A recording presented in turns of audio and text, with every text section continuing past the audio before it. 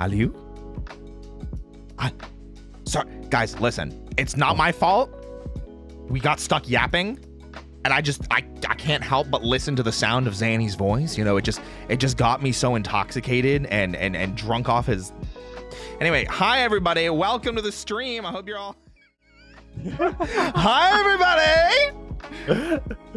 Oh my god, that was on me. We were yapping for a bit and we got caught up in a thing and yeah, we just started talking and didn't stop. Listen, I think I speak for everybody when I say we just like hearing you talk. You know, it's one of our favorite pastimes. Aw. Yeah. Well, thank you very, very much. Welcome in, everybody. So much today. Absolutely. Welcome. Yes. Yeah. Look at this creature I'm with. Look at it. You're Roy. You're not a twink anymore. I'm not. I had twink death. I am now a twunk. Hey. As I put my hands in front of your face. Oh my goodness gracious. I am loving the new vibes. I'm loving the new look. It looks really, really nice. Thank you. I'm glad that you like it. I'm glad you can be here in my new, not cafe, in my new club. Welcome to the new club, the Cup of Dusk. Look at you. Look yeah. At you. Little place. Listen, I'm trying, you know, I was very much inspired by some like jazz lounge type inspirations, you know, some Jessica Rabbit type stuff. You know, I've got a little bit of a stage to show that I want to lean a little bit more into my singing. You know, we've got the brickwork in the back. We've got the coffee cups and everything. Nice, It's all very exciting. It's very cozy. Also, I see the pictures. There are pictures behind me. Yeah!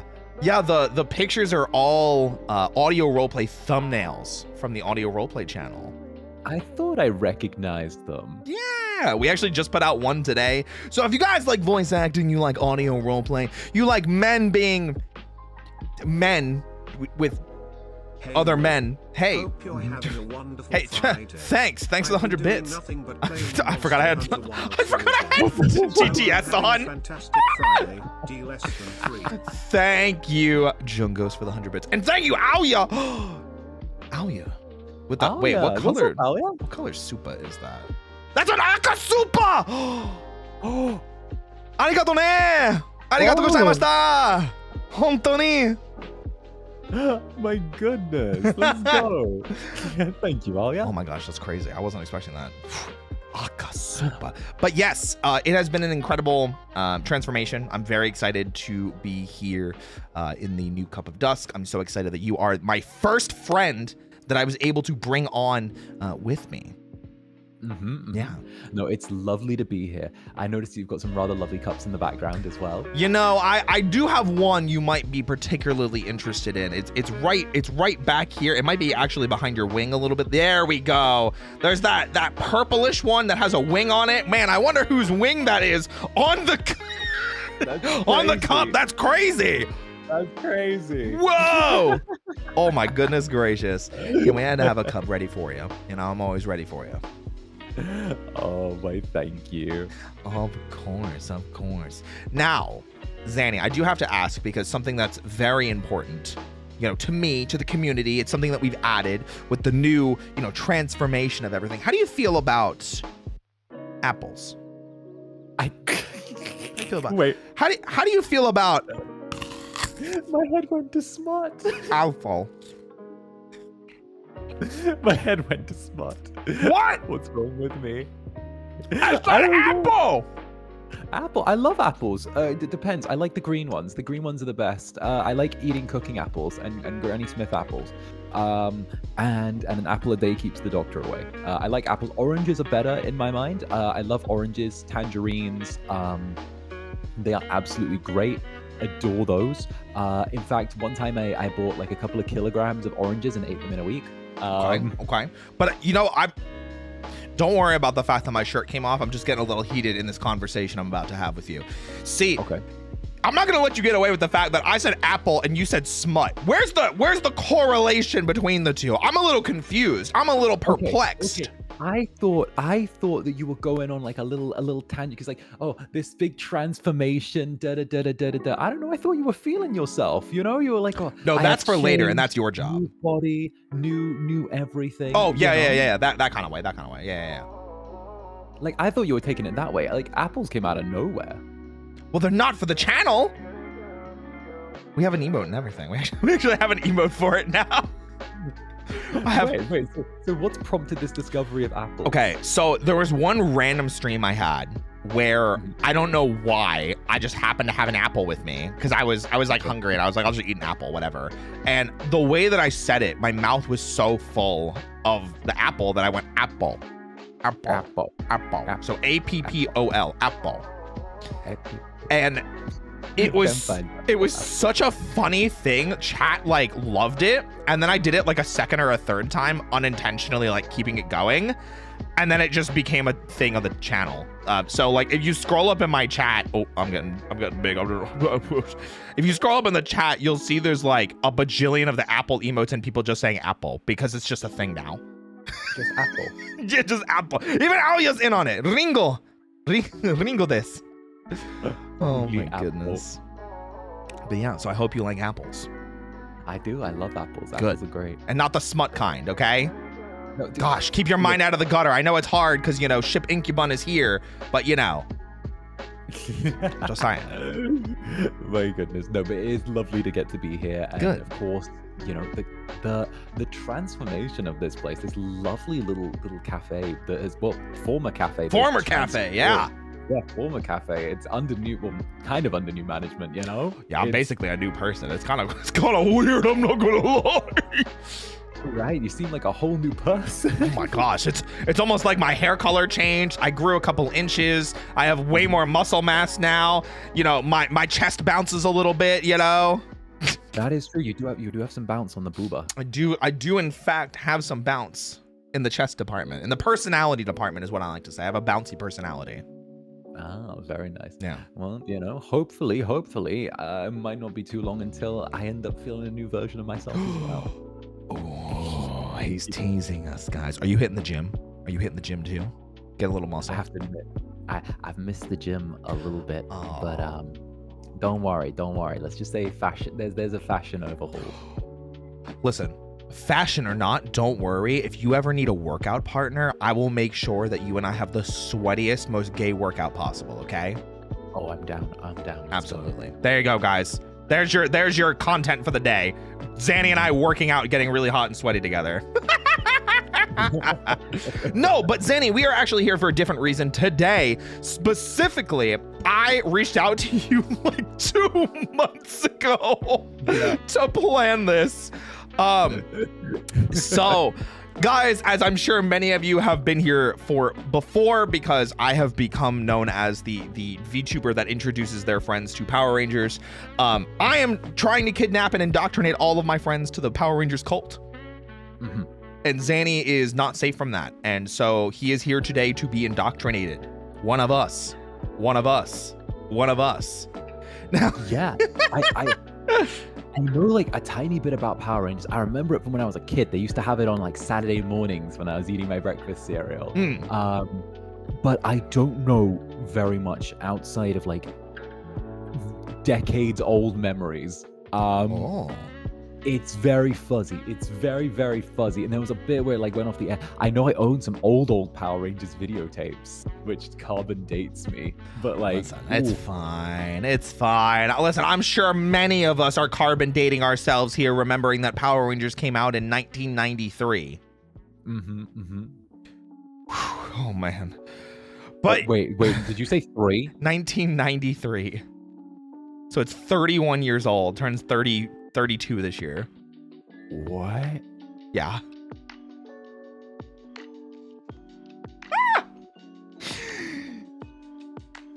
Welcome, Zanny. That's so old. So we're going to revisit the 90s today. Guys, of course, we're going to be showing Zanny the video from Connor the Waffle, which is the video that I've been showing all of my VTuber friends that we are trying to get into the weird world of Mighty Morphin Power Rangers. And since Zanny is a little bit familiar, that's, of course, where we're starting. It is the beginning anyway, so we were probably going to start there anyway. I mean, what better place to take a hot incubus on a date than back to the 90s to laugh at fashion and skin-tight suits? Okay, but the 90s did have some good stuff going on. It led into the early 2000s. Bedazzled jeans, okay? I think we can Juicy leave those. Couture. Okay, I'm okay with that. Flip phones, all right? Yeah. You know what I wish we kept was really, really deep cut shirts for men. And men in overalls, but the shirt is a low cut tank top. Which for some reason Power Rangers does. And fishnet shirts for men, which were also a thing. That was a thing. Didn't Tommy Oliver the wear like those two things with like the really low vest that had like his titties out and also like the string there. I'm so glad you remember, Zanny. Like, I feel like I remember that. Goodness gracious. Not very much. Like these are decades old memories, but I still remember Tommy Oliver walking around with a very, very low cut green tank top with his titties hanging out. Yeah. Don't worry, we'll definitely get into that, and we can talk about how fun the fashion was, and and then talk about planning our own workout date where we get hot, sweat, and gay, hot, sweaty, and gay. Sorry, my bad. That's the important distinction. Those three. In that order. What other order would you do? Gay, hot, and sweaty? I mean, that works. Okay. Listen, whatever you prefer, you're my guest. I want to make sure that you feel comfortable and that you're having a good time while I yap at you for however many hours we're going to be here tonight. So at what point do you start remembering Connor's lines in the video? Okay. 10th or 15th watch? Okay, shut up. First of all, this is like, all right, so this is my 7th or 8th time watching this video for what it's worth. It is almost a 3-hour long video. We are probably not going to finish the video tonight unless you really want me to kidnap you for 7 to 8 hours. 7 to 8 hours is really long. Yeah, that's what I'm saying. So we'll probably at least finish season 1 and or season 2. And then come back to the 3rd season and maybe Zio at the same time, because that could be fun, But yeah, this is like my 7th or 8th time watching this video because I keep finding friends and I'm like, come watch this with me. Come watch it with me. Yippee. And yeah, that's what we're gonna get into. All right. So now, before we dive into it, I do want to give a little bit of a disclaimer to people in chat.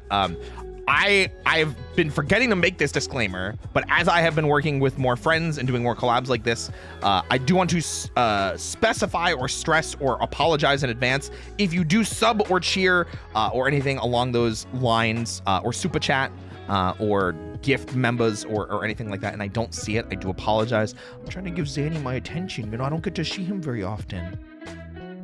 That is true. He's a bunny, but I'm a busy little bee. It's true. It's true. But without further ado, guys, why don't we go ahead and dive into this weird world of Mighty Morphin Power Rangers. Blue Skidoo weekend. Zanny, this way. Wait, what do I say? Blue Skidoo weekend 2. What? Oh. Blue Skidoo weekend 2. Yeah. I go over there. there. Yeah, just over there. There you go. Okay. There you go. Oh. Perfect. You did it. And here, let me I'll get back onto screen myself. Perfect. And you can come back out now. You can unblue Skidoo yourself. Oh, I can unblue Skidoo. Yeah. Ooh, I'm timing. Oh. Here, I gotta get in front of you. Hold on. There we go. There we go. Very nice. Yippee! Very nice. That way the wing can stay out in all of its majesty, and we can, hold hands and, It looks like my wing is like lightly hugging you. I'm not complaining. I quite enjoy it. I like every bit of you, The bunny ears, where'd they go? I don't know what you're talking about. Bunny ears. Bunny ears? Bunny ears. What do you mean? You had bunny ears? Yeah, I don't know what they mean. Yeah, I don't know what they mean. I don't know what they mean. That's crazy. That might be a good idea for the next Roy.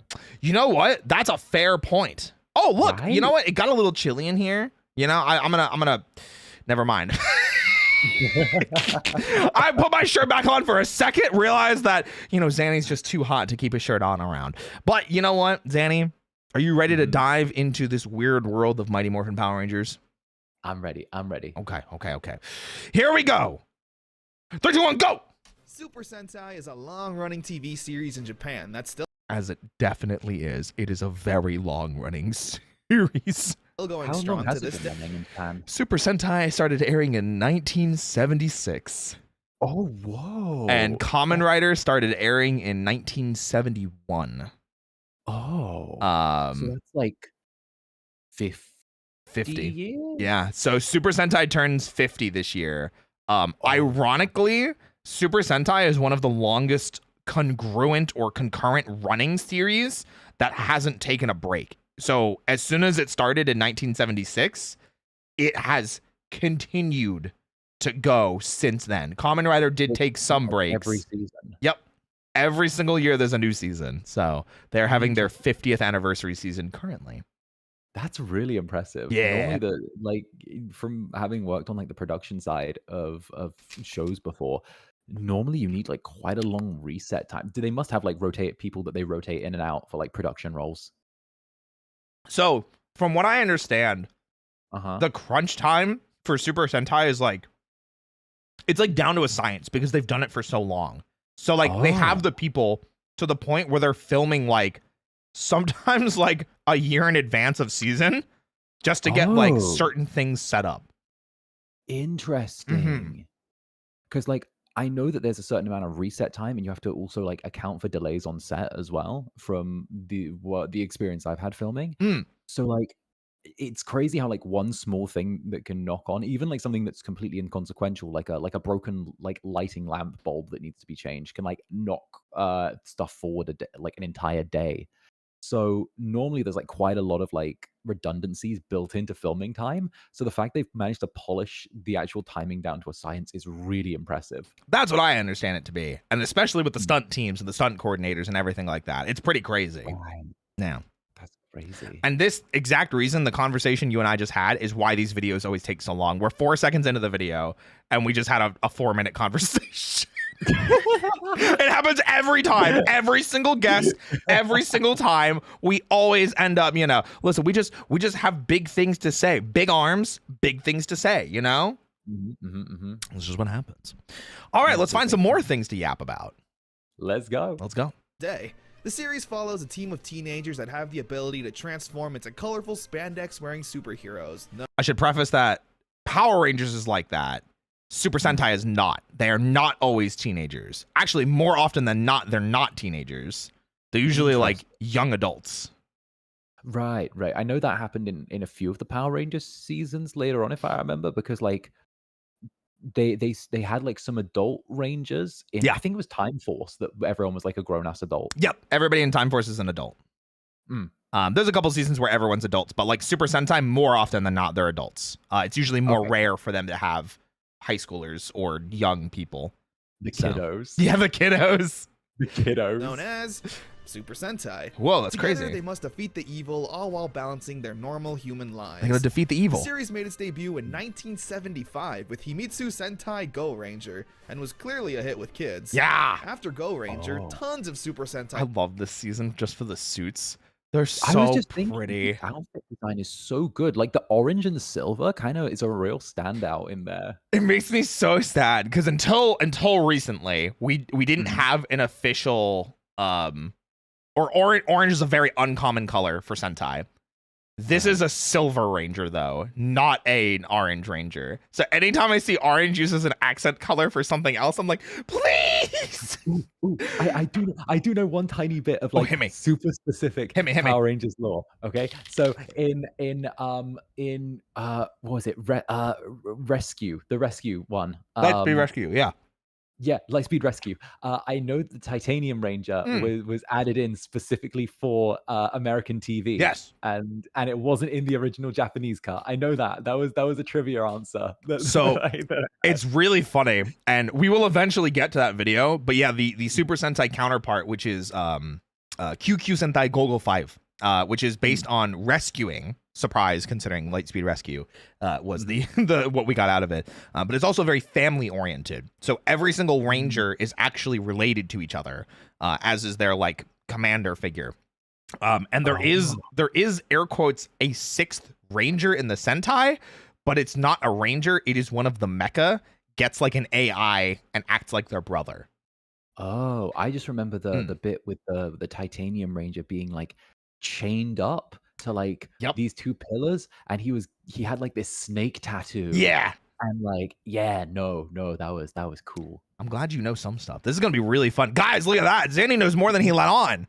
I interviewed him beforehand. He was like, I don't know anything, Roy. This is going to be great. You'll get to educate me. He's already lying to me, guys. He lied as easily as he breathed air. I know nothing, right? I just remember super specific things. The only reason I knew the Titanium Ranger thing was because it was at a trivia thing that I gamed. Sure. Let's see how it is. Like, hush, funny. All right, let's continue. Teams would get introduced to the world. Yippee! You had Dynaman, Denji Man, Mask Man, 5-Man, just to name a few. That's just a few. The 16th team of Super Sentai to air in 1992 would be a special one. Whoa. At least I'm sure they look kind of familiar, right? Kyoryu Sentai Zyuranger. Yup. Now, this team of Super Sentai may look... There you go. Yeah. So that's Jason. There you go. The original Red Ranger. It's so ironic too, because the thing with this is like people are always like, oh, like Super Sentai like must have like started with this, and that's why it was so popular and easy to like adapt. And this is the 16th season in Japan. 16. What? My days. Yeah. And it's not the first time that it was tried to be adapted. Marvel actually tried to bring it over in the 70s, and it didn't super work. And ironically, Marvel still owns a couple of those copyrights. So if they're ever like, hey, we really want to revive this really old thing from the 70s, they very well can. They even have their own Marvel universe. Oh, I was just thinking, I've seen Marvel comic books with Power Rangers stuff in it. I'm a bit of a comic book nerd, and you know, I'm reasonably deep into the weeds when it comes to like comic books. And I remember they Marvel does have an active no, I don't know if it's still active actually, but they did have an active Power Ranger active run. Yeah, quote unquote active. Like the way they keep series active so that they don't go stale, but also will kill it the first chance that something better comes along. Yep. That is why there is a Japanese Spider-Man show from the 70s That is, I've seen clips of that. yeah, it's usually called Spider-Man. Yeah. And Yeah. and that was made by the same people that do like Super Sentai and Kamen Rider. And we got that because Marvel helped produce some of the early seasons. So Japan was like, we'll make our own Spider-Man, but it's not Peter Parker. It does not follow any of the original like Spider-Man lines. Yeah, Spider-Man, Emissary of Hell. And it's the first time we ever had a giant mecha. So yeah. Spider-Man was the first one to get a mecha in Super Sentai. Or was it transforming mecha? It was one of the two. It's pretty crazy, right? That's kind of awesome. We'll get you some gifs later of Spider-Man shooting an MP40. What? Wait, I know I have it. Hold on. Just It is. I'm not even exaggerating. It is Spider-Man just shooting crazily. There it is. I found it. Okay, I need to see this. Let's see. Yeah, Zoom send and it to you. enhance. Let's go. Yeah, that's part of the show. Does he kill people? Does this Spider-Man kill people? Yeah. In Minecraft? Yeah. Like, Well, welcome to Japan television. yeah, Yeah. I'm not even gonna question it. I'm just gonna roll with it. Yeah, you know? he's the emissary of hell. Spider-Man. Anyway, moving on. Right. Look a bit familiar. Whoa! That's because to the rest of the world, this team would forever be known as the Mighty Morphin Power Rangers. Making their debut on August 28th, 1993, the show was created by Haim Saban and Shuki Levy. The concept of the show would be pretty unique. Create a TV show that young kids would find entertaining. A group of friends living their daily high school life while needing to occasionally save the world. Yeah. Yup. The DARE program.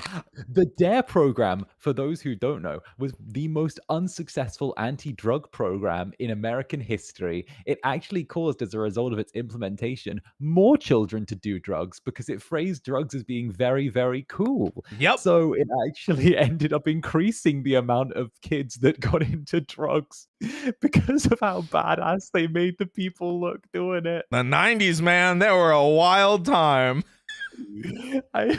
Guys, listen, drugs are not cool. Stay in school, okay? Drugs aren't cool. Cigars are pretty cool, though, I will say. I do like cigars. Yeah, cigars. Cigars, nice glass of whiskey, you know? Like, I don't know. I think, like, a leather jacket, a cigarette, you know, like, cold winter night, a little bit of smoke. I'll let you have the leather jacket and the cigarette. I'll take the glass of whiskey and the cigar, and you. Wonderful. Perfect. Okay. Perfect. Do you want me, like, to be in your lap or something with that? Like, what's... You know, that I think that's just an added bonus. I kind of assumed you were going to be there already, but listen, if you're offering, I mean, we stay winning. Speaking of winning, it's definitely not DARE. Now, an action show would normally be pretty expensive to create. You gotta make set pieces, choreograph fight scenes, and create cool special effects. That could take like so backflips. long. But fireballs. What if all of that footage already existed, and you just simply took it and dubbed it over? You just took it and you moved it somewhere. Yeah, here are the VHSs. Yeah. Are these the ones that you had? So these aren't the ones that I had. I got them. I'm gonna tell. I got them at a secondhand store. I'm pretty sure they were bootlegged because they literally came in these like classic like VHS sleeves with the Power Rangers episode something, right? And if they didn't have that, then they would come in a VHS case, one of the plastic ones that you'd open, and it had a little printed out Power Rangers cover that someone had put in. I love that so much. I love that so freaking much. Is that not the most 90s thing? Bootleg VHS tapes. Oh, absolutely. Because it's probably someone just taped over like them watching the show like back when it aired or something like that. Right? Like anime. Well, there you go. Now half the show is already done. Well, Easy peasy. After Saban and Levy put together a quick little video of what Power Rangers would look like, they were given the green light to create their show. That's so morphin. I love Power Rangers so much. We love you, Connor. We agree. I loved it as a kid, teenager, and even the adult I am Connor's today. great. I'm constantly keeping up with the series because also this is an older picture of him. He has also been on his own workout journey, and he is getting swole. It is crazy. Okay, Yeah. okay. I got Very nice. I gotta give some props to my man's Connor. He was out here working. Okay, total like side note though, Yeah. his hair is so nice. Right? Now he's out here. He's doing it. Like I'm just saying, like his hair is so white. It looks so silky. It's got to Like, be all those hair care literally, he has products. no he has like no flyaways. I cannot see any flyaways. Okay, it looks so fucking luscious. Yeah, Right? get Connor the protein waffle. I love that. That's so good. Something that just has the softest spot in my heart. And today, I wanted to go through a nostalgic journey through the entirety of Mighty That's a Morphin lot. Power Rangers. That's why it's And I almost hope you 3 can hours join me on long. this little adventure. Yeah, little. Starting with Today's lovely sponsor, Play Asia. So I've seen this ad a couple times, but just for the interest of time, I will skip it this one time. We do love Obake Pam here. We do love Obake Pam, CEO of Play Asia. And Connor, thank you for always letting us watch these. Go check out Play Asia. Yes. Yippee! Episode 1, Day of the Dumpster. We start off That with some dumpster. shady-looking astronauts coming across a massive space dumpster. They unknowingly open Space dumpster. You know, that's a Okay, yeah. space dumpster, you know. That's what I'd call that, right? Just around, you know. Yeah. open it unaware of its contents. Easy. Where it's revealed Ah! that Rita Repulsa was stored inside. After for 10,000 years, I'm 10,000 free! years, I'm Finally free to conquer Earth. There it Coming to is! The local youth center is where we'll meet our main cast of characters. There's Kimberly, the Valley Girl gymnast who loves the mall. Zach, That's like her entire character for the first season. Listen, they had to make their stereotypes so people could easily point them out, recognize them, and then potentially relate to them, okay? Okay. the cool and suave dancer. Oh, he Jason, is. the martial artist with a good heart. He's the jock. Billy, the nerd. I feel so bad for Billy because that's all he is in the first season, and it makes me so Billy the nerd, and I'm like, oh. Billy was like low key hard done by though, because wasn't there like a whole ass phase where wasn't there like a whole ass season where he was just relegated to being like support back at base because he didn't have powers? We are gonna get to that, and it is not a good story. That is a like maybe bring some tissues because we're gonna learn about like the dark history of Power Rangers, and it is a bad story. We will get to that when we get to Zeo, which is the season where he gets relegated to support. I asked bad questions. No, there's never any bad questions. I will just tell you. Bad question. No, it's not a bad question. No, bad question. I killed the vibe. no. Chat knows it is a very painful, tragic thing. I will briefly explain it why I say it like this. We'll go into more detail in another stream where we actually go over Zeo. David Yost, the actor that portrays Billy, is gay in real life, and being gay in the 90s was not an acceptable thing.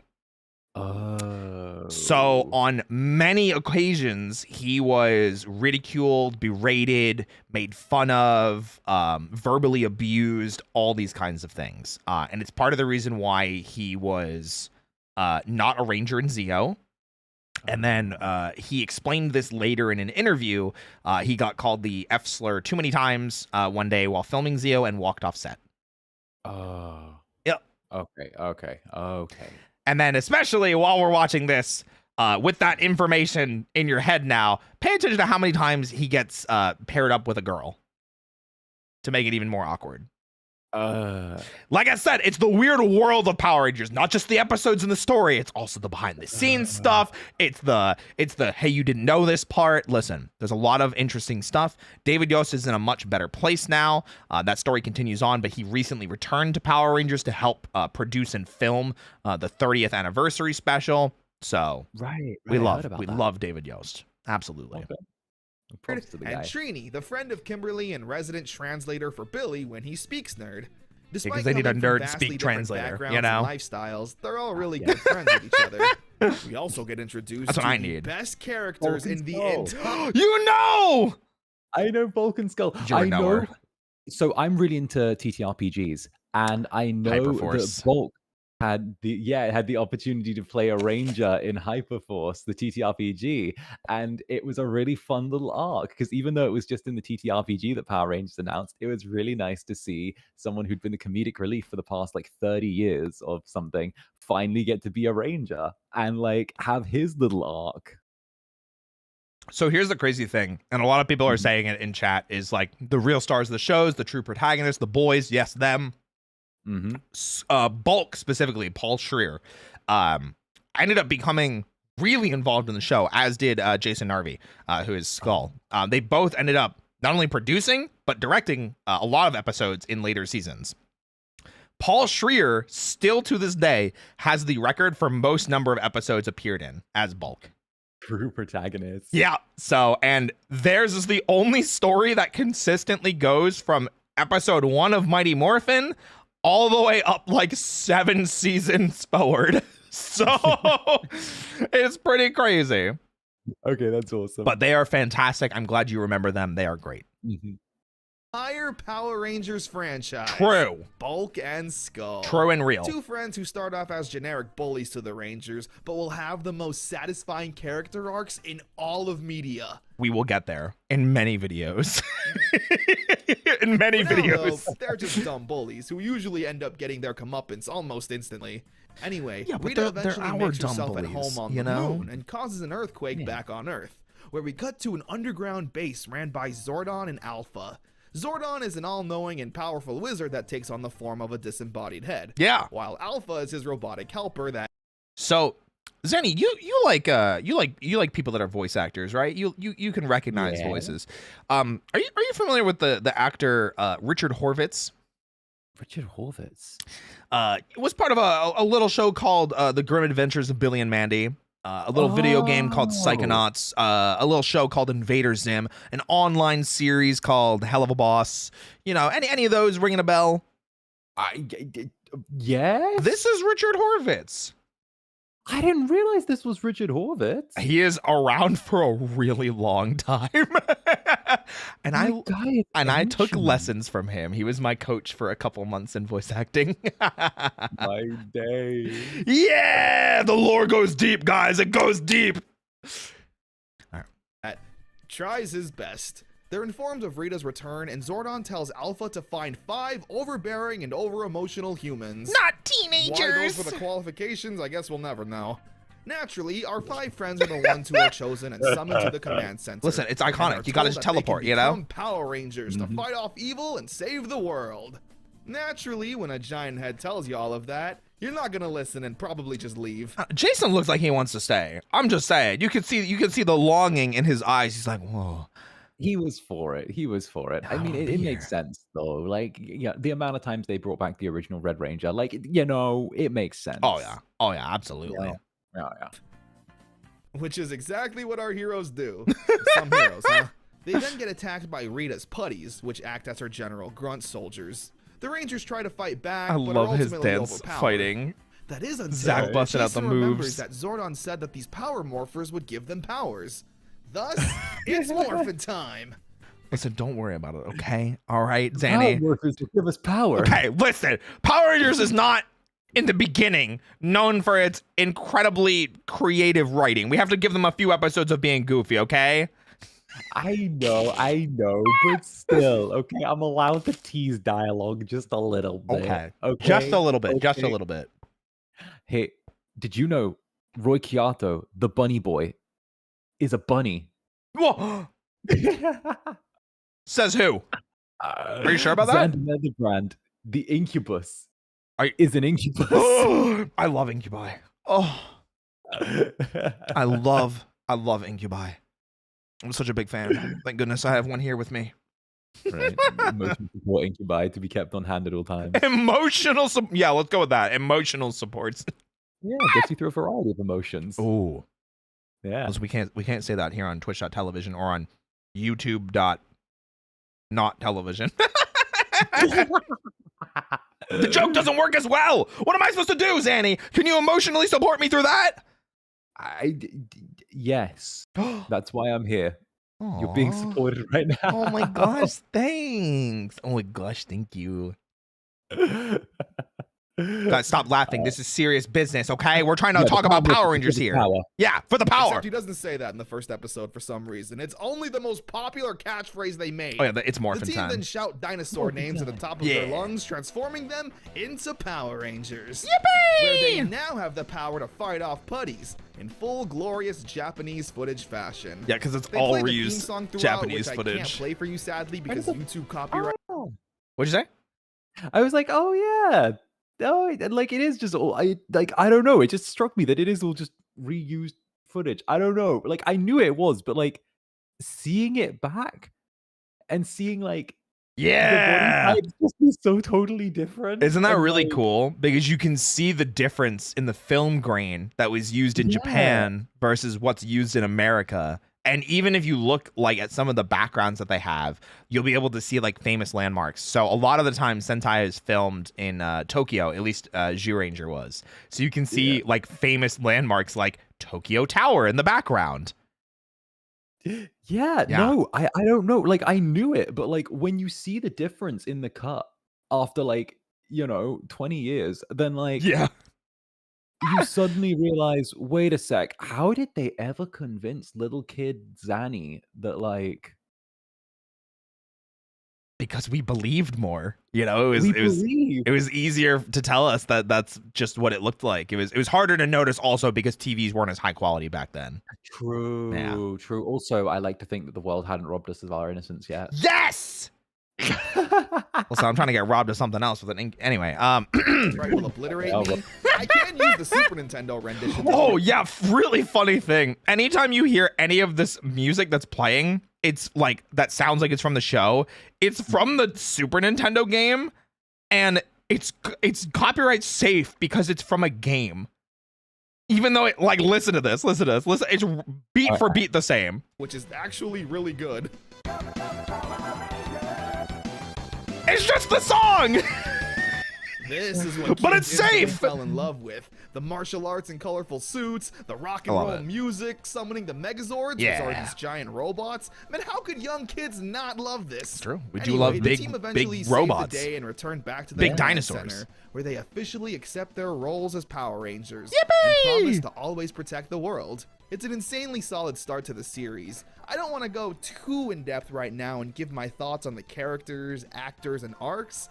So I'll save that for when we reach the end of season 1. Yeah, we've still got some time. We've got like another like hour of season 1, and considering we've been watching for like 20, 25 minutes, maybe even 30 at this point. 6 minutes deep. This is what I meant. This is why this is going to take forever, just so we can talk, I like to believe that the people at the club are finding this compelling. So it's really funny that you say that, and I'm not exaggerating when I say this. These tend to be some of my most popular streams.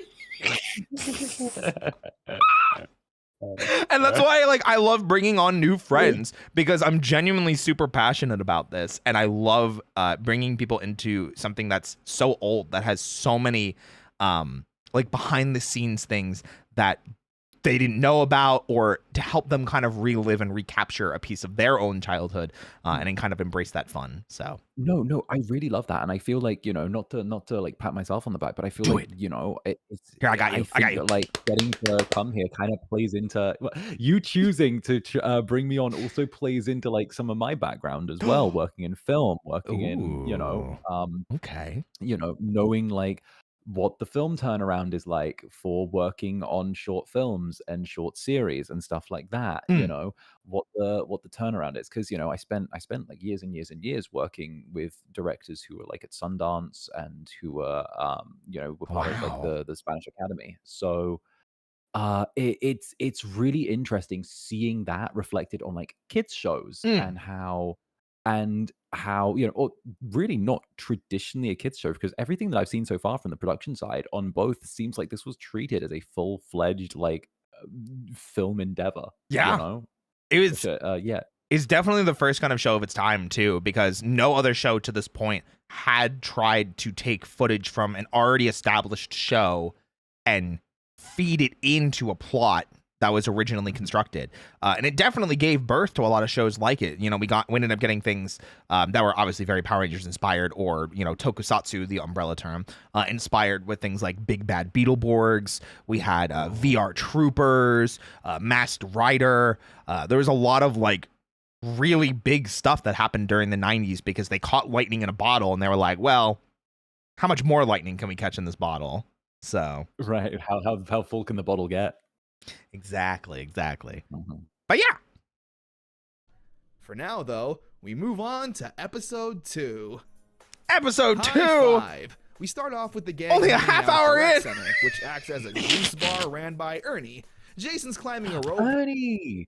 Also, I remember Ernie. yeah, let's go back to Ernie. You can talk about him. Yeah. I remember episode 1 or 2 or something like that. There was like Angel Grove Radio, the radio station that would play at like the start. And they gave a little shout out to Ernie's milkshakes on the radio. I remember that. That's like you know when you're a child and you're like, I will remember this and this will become a core memory. It sounds like it did for you. That is a core memory. That is a core memory. I remember Ernie, the milk shop person, getting a shout out on Angel Grove Yeah. Radio. I remember that so specifically. This is always such a really funny part too, because this really is a product of the time. This is connected to the Rangers High School for some reason, but and it's a completely separate like establishment. You know, it has nothing to do with the actual high school, but it's not just a juice bar. It's also a gym and fitness center and activity center. So like there's people doing dance classes, there's people doing martial arts, there's people doing gymnastics, there's like arcade cabinets in the corners. It's like, there's people studying on tables. Like, what's happening? It's crazy. That's crazy. Yeah. It's wild even. Ernie. Jason's climbing Basically a rope YMCA, because he's yeah. the exercise guy until Bulk and Skull show up to cause some trouble. Where Jason pretty much tells Bulk he can't climb the rope because he's too fat. Well, that's Where all he I then mean. proceeds to prove Jason right by Okay, attempting well. to climb it, destroying the ceiling, and Ooh. everyone laughs. But remember, Bulk and Skull are the bullies here. You'll see it a lot that they end up getting bullied a lot more than the Rangers do. It's actually really sad. No. Oh my gosh. Bully the bullies. And listen, that's what everyone did. It was the fun thing and cool thing to do. You're not cool if you're not bullying someone with affection. What's that line from The Simpsons? Hey, guess what? Bullying is the new bullying. I know what you're talking about. I remember that. This is also where we get to see Trini and Billy's friendship really be at its cutest, with Billy constantly being excited, talking with big words no one else understands, except for Trini. so she's playing awkward. translator and putting Billy's words into layman's terms. The plot then gets a little Japanese, with Finster creating little a skeleton Japanese, monster you know. that Rita then puts into a toy spaceship that And you can kind of see it, like, even in like this shot, like this is very clearly Japan. Like, Oh, you don't even focus on that. That's the crazy thing. Yeah. You don't even focus on like that. yeah, and it's like it's way harder to see because of the quality of the shot. This spaceship has the Japanese flag on it. That's what these dots are. It's the red dot. Yeah.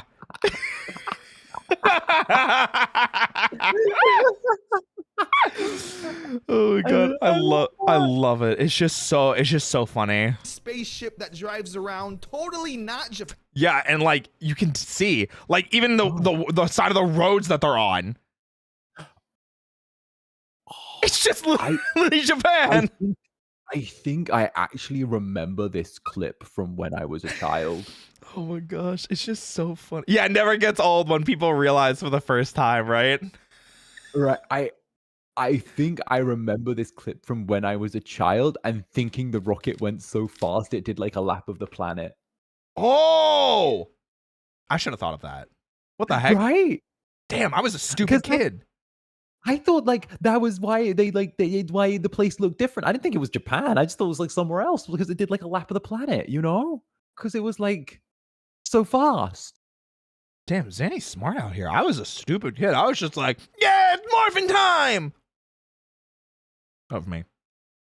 I think that was what I thought because I remember like I don't even know that little Zanny was smart and then suddenly they slammed the brakes on that when he got older. I'm sure you're plenty smart now. Yeah, for a kid. I'm a big kid now. Anyway. Pan, we promise. It's just so weird. This little spaceship is clearly. Yeah, see, you can see it's the Japanese flag. I wasn't kidding. There it is. I love it, dude. There's so many shots that are exactly like that too. Japanese footage that never gets brought up again in the episode. The gang are told to check out the scene where they get attacked by putties. Oh no. A pretty long fight scene then breaks out where the Rangers are still getting their butts whooped by the putties. Okay, I need you to remember, Zanny, in this upcoming scene. It was the 90s. Okay. Power Rangers at this time did not have a proper stunt coordinator. Okay. I just need you to keep that in mind, okay? I just need you to keep that in mind, all right? I don't know what's coming next, but I also want to add in something, Roy. I've been professionally stunt trained. Wait, that's so cool. Yeah. I haven't been professionally stunt trained, but I did parkour. Hardcore parkour? That's why I don't talk about it. That exact line. Yeah, I used to do parkour until I injured myself. But I was in the best shape. Like, you guys think I'm in shape now? You should have seen what kind of shape I was in when I did parkour. Is crazy. Parkour was so much fun. But I agree, Zanny does just keep getting more peaker and peak. Yeah.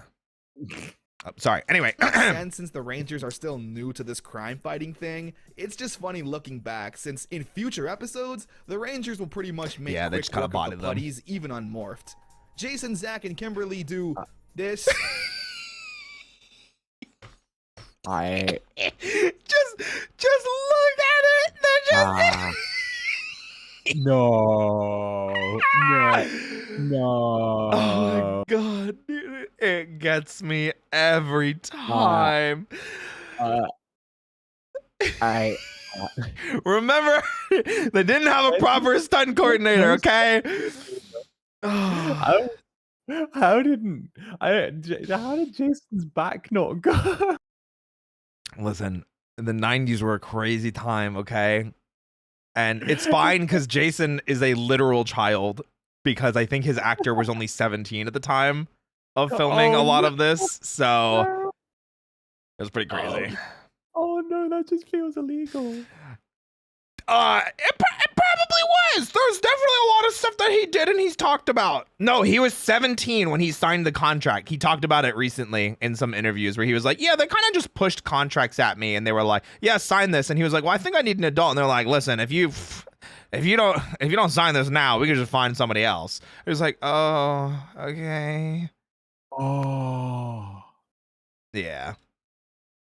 Anyway, I don't know what karate school teaches that move. Don't worry about it. It's the windmill. It's the windmill, okay? To overcome her fear of heights to help Billy. Oh yeah, Trini's scared of heights, remember? Briefly during the rope climbing at the beginning of the episode.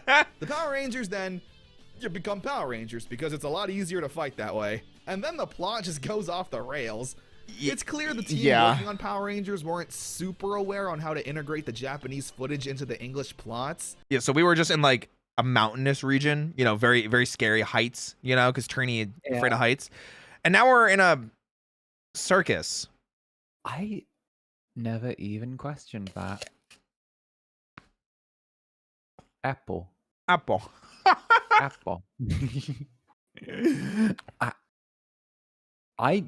No, it's just a circus. They're just in a circus now. Yep. This is what happens. It happens a lot in Power Rangers, and you'll notice it as the episodes go on. I feel like them not addressing it in continuity was like the smartest thing to do. Because if they ever addressed it in continuity, they'd have to do it for every single time it happened. That's 100% it. Never addressed it, like because they never addressed it once and just treated it like, oh yeah, you're focusing on the combat instead of the actual like background. It meant that like it takes on a surrealist quality. Yep. Exactly. And that's why it's like it's always really funny because when you watch it as a kid, you don't miss a beat. You just go along with it. But then as an adult, you're like, wait, weren't they just in like The mountains? Why is there like a skeleton dude taking his head off? Like what's happening here? All right. It's crazy. It's absolutely It's wild. time. Teleports to a completely separate area, which is what they did a lot of the time. Yeah. Because then they wouldn't have to use American footage because that's expensive. They could just go back to the footage of them in Japan and use all of that footage and just dub over it, which is way less expensive than, on-screen acting. Crazy. Because the Power Rangers then go to a carnival for some reason. Hey, thank you so much for the raid. I really appreciate it. Welcome, everybody. Where they then fight a giant knight. Like, where did this guy come from? It's literally just using whatever footage they have as opposed to what might make sense. Don't worry about it. Don't question it. it. The team then saves the day and scares Trini into climbing up the rope to overcome her fear. That's how you do it, right? Even though you just scare people out of their fear. Yeah. Fear is the thing that motivates them to overcome other fear. The idea is you want to re-traumatize them towards something productive. Gotcha. I'm learning so much right now. I'm taking notes. Re-traumatize. Yeah. Understood. Already did that in the episode. Thanks, guys. Teamwork. Here, Trini and Kimberly are trying to get signatures on a petition to shut down the city dump that's polluting the town. Everyone's on board except Bulk and Skull, who are being obnoxious. Skull even crushing a can and lobbing it at Trini's head. Like, Jesus, what a dick. Throwing stuff. Getting shoved into trash cans. I don't feel bad this time. The monster in this episode is a Minotaur that's pretty strong. The name of the episode is Teamwork, which kind of implies the episode should be about the gang not cooperating and needing to learn to work together. I'm sure it's fine. But no, they're on the same page the entire episode. It's kind of weird. Teamwork in this episode, though, comes from the Minotaur being too strong and the Zordon giving the Rangers new weapons. Yippee! Toys! Okay. Properly beat the crap out of him. Yeah! And combine the weapons together to make. See, look at that. Look at that toy. Look at that toy that everyone can buy. I love it. I love it. You don't sound too convinced. I ain't even gonna lie. High key, it looks ugly. It's so funny because I actually really like the individual pieces. The individual pieces look fine, but all together, it looks ugly as hell. It looks ugly. It looks raggedy. It does not look good. He said raggedy. Okay, I am sorry. The merchandising is not cohesive. Okay, the individual pieces work, but in totality, they do not work together like that. There is too much clash. There is even the way it slots together. There's too much negative space. The negative space doesn't work. The jank doesn't work. The pieces are redundant. It doesn't make sense. There is not slickness. It is not sleek. It is it's a design flaw. There's clear design flaws. It's like someone couldn't decide if they wanted a shotgun or a crossbow. You offer very valid criticisms, Zanny. I can't wait for you to see more weapons as we go on. And more toys. Teamwork, baby. Remember, okay, and then here's a shot of each of the weapons. So we've got like Trini has the daggers, Zach has an axe, which was like the big base part. Jason has a sword, Kimberly has a bow, and Billy has a lance, but it's like a separating lance that you can like pull apart into like two smaller spear bits, but he usually uses it as a spear lance. Yeah. The gang then returned to school where the principal sees the mess that Trini and Kimberly left after dumping Bulk and Skull in the trash. Definitely their fault because they just happened to be there, right? To like yell at the kids who were trying to save the environment for making a mess. What blows my mind more is that how has the janitor not cleaned this up yet? Listen, it's a very busy high school. You know, the janitor's got things to do, you know? Yeah. Anyway, back to gymnastics at that same gym where Ernie is serving all of his juice. Engagement. We start off with Jason attempting to break the school bench press record, which is like 1,008 reps. Yep. Which is literally impossible. I am not kidding. You could do that, right, Zanny? Now, take a pillow and lift it over. You do 1,000 reps, right? No. What do you mean no? 1,008 reps. I feel like you could. I feel like you're underselling yourself. I could not do 1,008 reps. You do 1,008 reps. What do I get as a reward if I do it? Me. Yeah, but I have you already. Yeah, but like you get me full time. All right, guys, stream's on hold. Let me just real quick. Let me just hold on a sec. Let me just 1, 2, 3. Listen, that's all the motivation I need. Over your Very head nice, just very 100 nice. times and see how you feel. Let me know in the comments. The Side bench note. record was also Side apparently note, hit me. Were you naked in that coffee cup that popped up there? No, I'm in a coffee cup. Of course I'm not naked. You looked naked. Of course I'm not naked. I'm in a coffee looked- cup. You looked naked. What are you talking about? No. Like you looked naked. Like I don't see any clothing. Of course I'm not naked. I don't see anything. You seem naked. Chad, he doesn't know. He doesn't know, Chad. It's okay. Yeah, no. Listen, don't listen to Alia. Alia's lying, okay? Alia is a liar. Alia has always lied. 100% of the time. Listen. I've seen Aya in my chat. Okay, Oh. Aya's been in Nedling. I trust Aya on this one. I see nakedness here. Okay, you know what? I'm gonna move away from it because this is clearly a bad influence on you. Although, And funny Prince Green. thing. What? What? What'd you say? What? Funny thing. Alia helped me realize, well, or at least push me into fixing my NSFW tag on Twitter. Because for the longest time, I would try and search for it, and I was just like, "Oh, I guess people just aren't using the tag." But then, like, I wouldn't see anything either in it that I had posted via like other stuff. I was like, Right. And a couple of people were mentioning, they're like, "Oh yeah, we did like spicy fan art," and I was like, "Well, I want to see it, so like I can appreciate you guys and like let you know." I just couldn't find it. Apparently, Right. Twitter has a separate filter for just the search engine. So there's one for your feed, for like your timeline, and a completely separate one that has a completely different like privacy setting for just searching. So I had to turn off that I was blocking like the spicy stuff. Oh. So now I there's can see it all. Oh. Yeah. Oh. Okay. Yeah. Okay. I can show you later if you want to, if maybe it's happening to you. I don't know if it is. I didn't know it was a thing. Like if it's blocking me from seeing from seeing smut, then like it needs to go. Listen, especially Alias. I'm just saying. Anyway.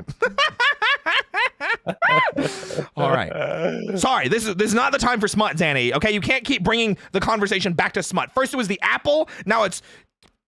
Anyway, created definitely by wasn't me. Bulk. I didn't do it. It That's was genuinely anyway. scary. Maybe Bulk is a force to be reckoned with.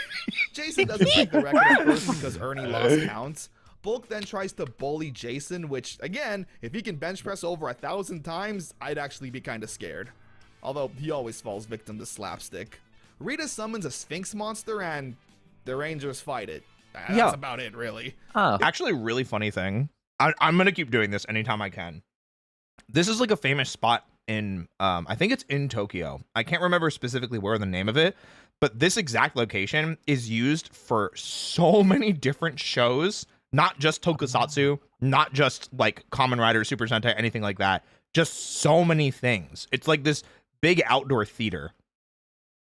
Oh, okay, okay. I love me some theater. Yeah, you may have actually seen it before in several other things, but yeah, it's super famous. Summons a Sphinx monster and the Rangers fight it.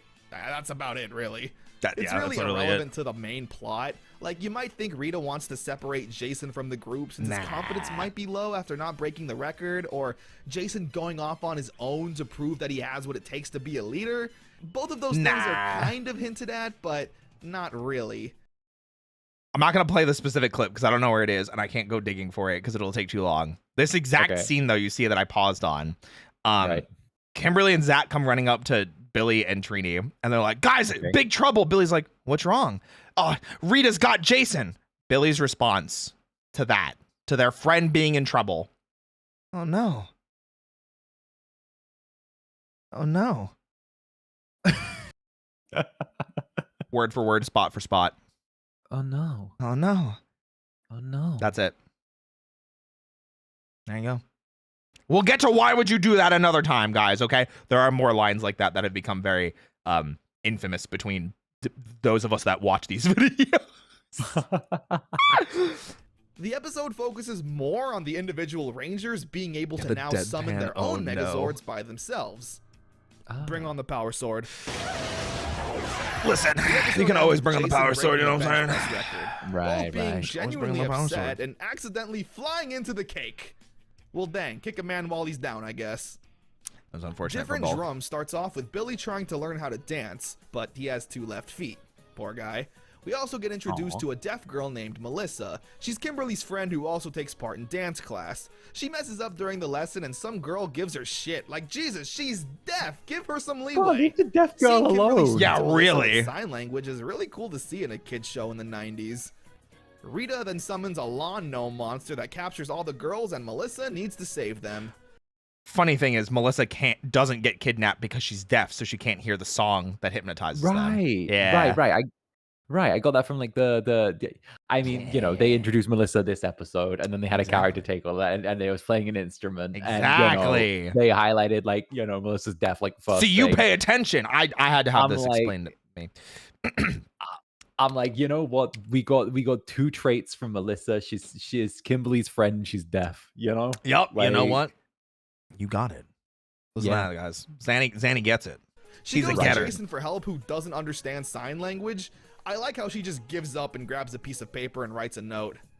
So, what do you think happens next? It's morphin' time, bust out the blaster, we need Dinozord power, day is saved. Yippee! Where Melissa somehow teaches Billy to breakdance. What? The Hood accepts Billy as one of their own. What? So the background information here and why it'll be like Billy always gets put into these types of situations is David Yost, before joining the set of Power Rangers, was a professional gymnast, like almost Olympic level. And it's part of the reason why they are constantly putting him in really, really baggy clothes that are like stereotypically, oh, it's the nerd outfit. It's to hide the fact that he's actually super ripped. Oh, wait a minute. I think I remember. Didn't they get him to do like a I think it was like a pommel horse or like a thing during like one of the episodes or like a movie or something? If they did, I don't remember it, but I feel like David Yost would have done it and would have killed it. Like I feel like they got him to do something like that. Or maybe it was the Power Rangers movie. They like had him in like a gym thing where you just saw how ripped as hell he was when he like broke his spine or something. Oh, that's Rocky. That's a Oh, that different was one. Rocky. That's Okay, a different one. Okay, all my lines are blurring. We'll get there. I promise. Listen, we'll right, all reconnect right. the lines. We're gonna do it, Zanny. Okay, you and I, we're gonna do it. We got this. Yeah. We're connecting. Food fight. Now this one's a classic. The school is having a food I fair to love this raise money episode. for the It's such a elementary classic. School. All is going well until Bulk and Skull and Speaking of their food, new friends cause a food fight. It's really messy and goes on for a bit. It looks like they had tons of fun filming this scene. I wish I could have been there. Meanwhile, Finster is I have to pause and just go back. One thing. Uh-huh. You know how Jason grabs these sausages? Yes. What do you think he's gonna do with these for the food fight? Throw them? Okay, try again. Use them as nunchucks? There you go. I'm glad you know now. I hate that was my second answer. He's getting it, guys. He's getting it. I hate that Meanwhile, was Finster has created a pudgy pig that's going around eating all the food in the world. The Rangers are sent to deal with it, but he eats their weapons. There's one Oops. way to do it. The pudgy pig Oops. eventually makes its way to the food festival where he Whoopsies. eats everything in sight, except for the spicy stuff, which Trini points out and hatches a plan. I like spicy to lure food. the pig out with Do you like food spicy to food? only have the final piece of food be something. I'm British.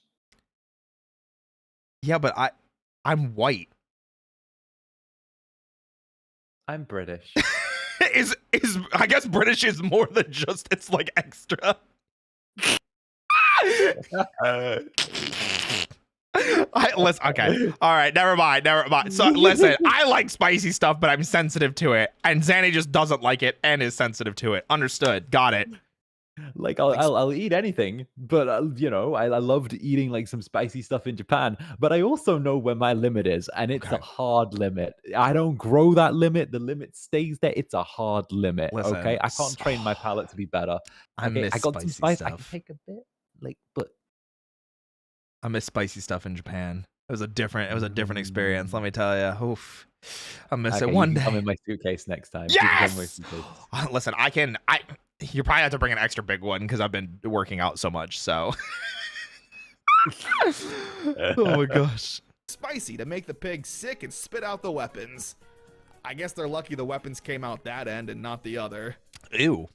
Big Sisters has Trini and Kimberly looking over a young troublemaking girl for some program, who somehow manages to look 9 and 39. Bish, how are you 9 and 90 at the same time? Bro, that's literally what he says too.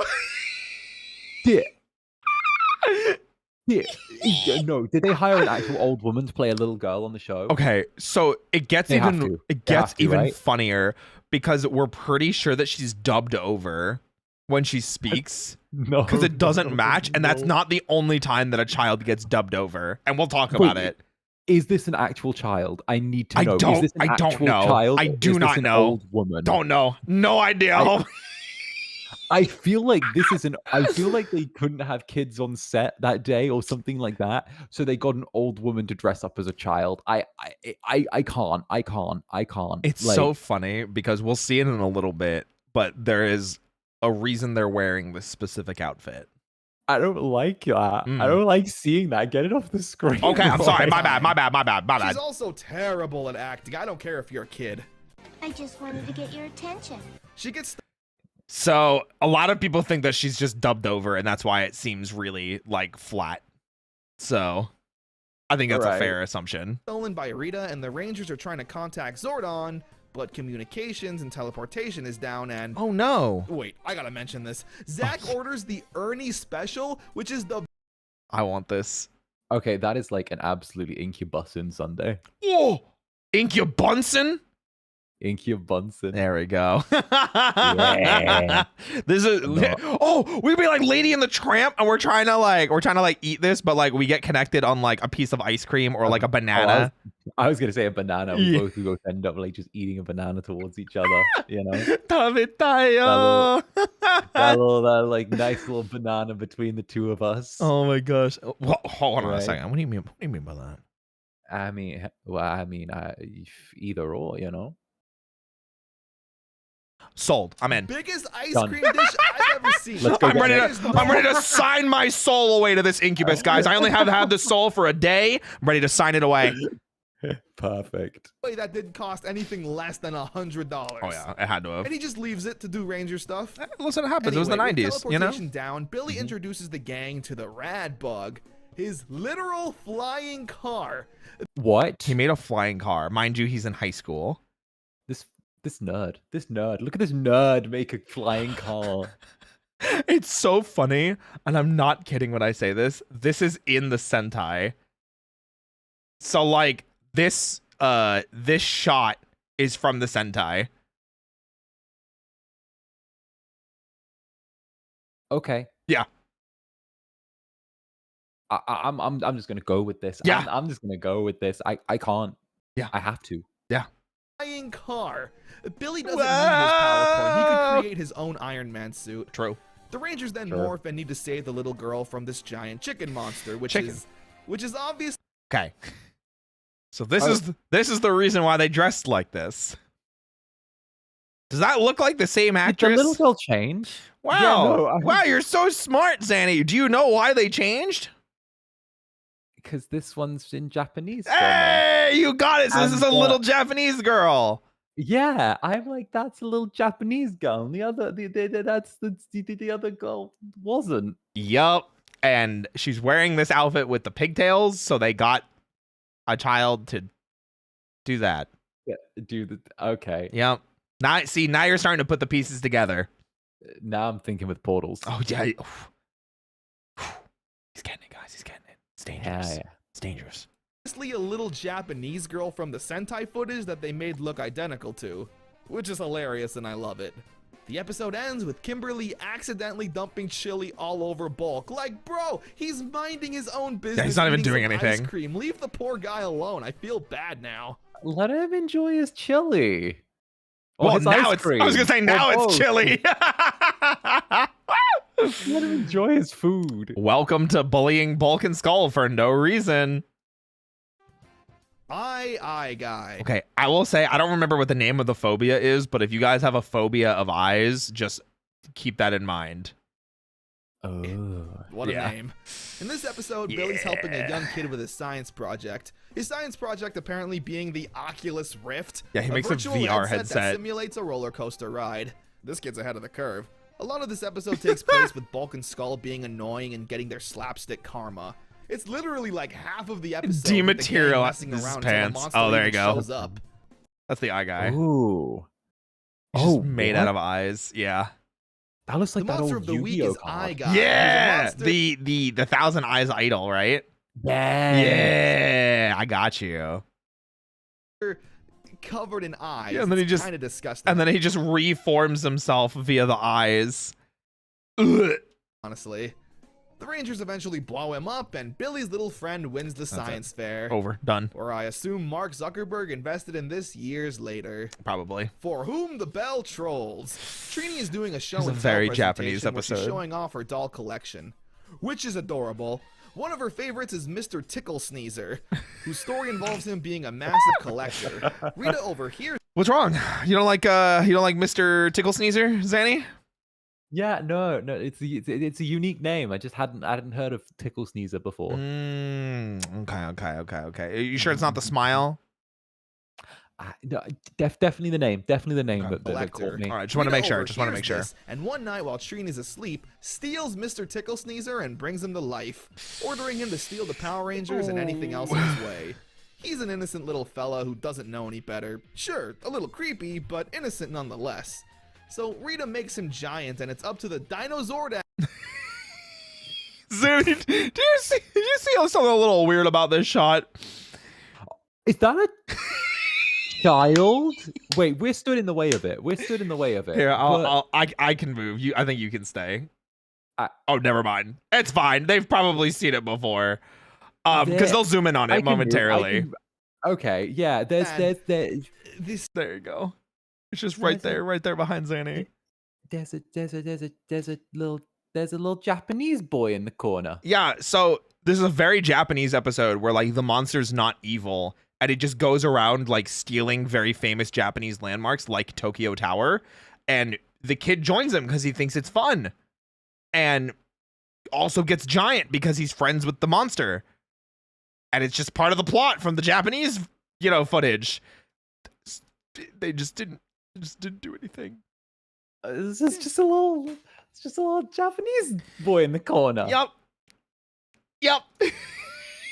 He's just there. He's doing Welcome his thing. to Power Rangers, Zanny. I'm so glad you're seeing firsthand all the silliness.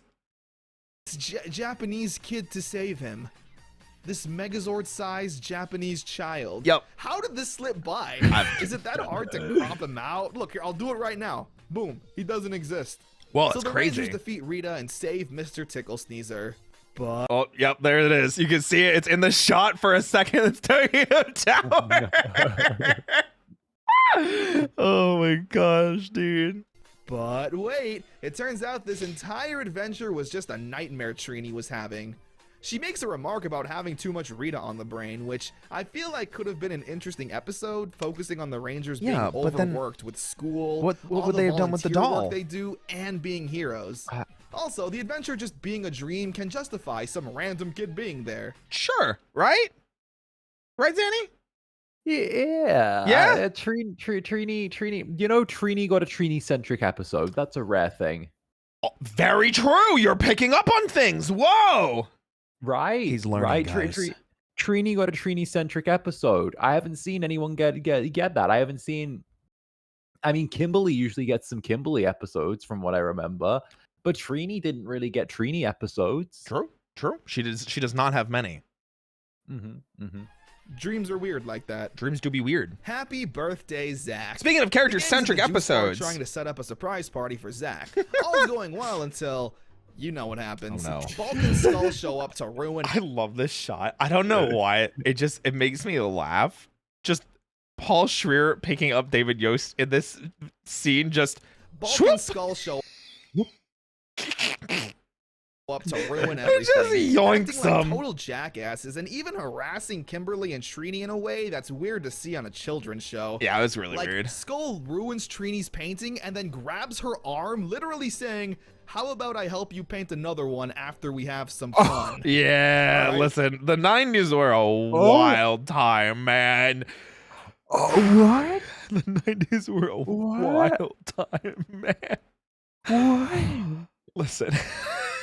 He just say that? It's so funny because this is still more tame than the source material from Japan. What was the source material? So- I'm always scared to ask what the source material was like. Well, so not this episode specifically, but Super Sentai in general, Japanese audiences tend to be considered, air quotes, more mature than Western audiences. So they tackle more things like death and blood and some darker themes that are scary for children to deal with. But make it a point to show it to them so they can teach them how to deal with it or how to overcome it, or to show them the heroes winning, because it makes it that much more impressive. And that will definitely come into play in later times. I can kind of respect that sort of way a bit. I think maybe a little moderation, or everything in moderation, even moderation. Yeah.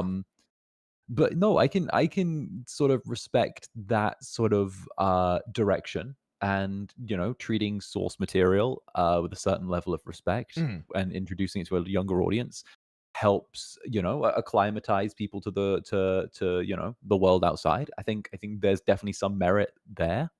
Now I'm going to open a beer. Are we drinking? I'm opening one. Give me a sec. It's just slightly out of my reach. Wait, I'm should gonna I drink?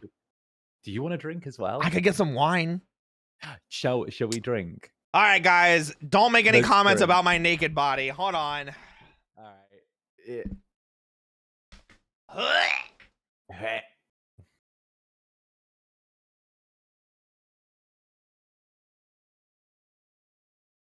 Looky though, Roy said for you guys not to make any comments about his naked body. He didn't say anything about me.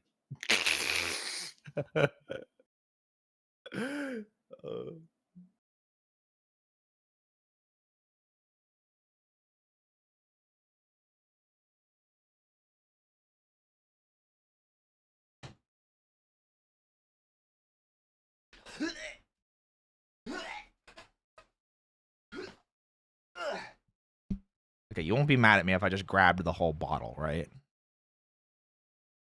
You guys promise not to be mad at me? Why are you guys doing all these licking emotes? What the heck is happening right now? What are you guys doing? Stop it. Guys, wouldn't it be so cool though if Zanny was in that coffee cup with me? Wouldn't it be so cool? Just saying. Okay, wonderful. I have gin and tonic in a can. In a can? You know what?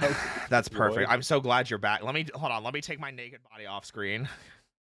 Oh, wonderful, wonderful. I need to steal this idea for a screen. I need to have a naked body be right back screen. I think it's delightful. I think you should definitely do it, and we should have matching ones where you're also in like an onsen setting, Actually, I have an image to show you.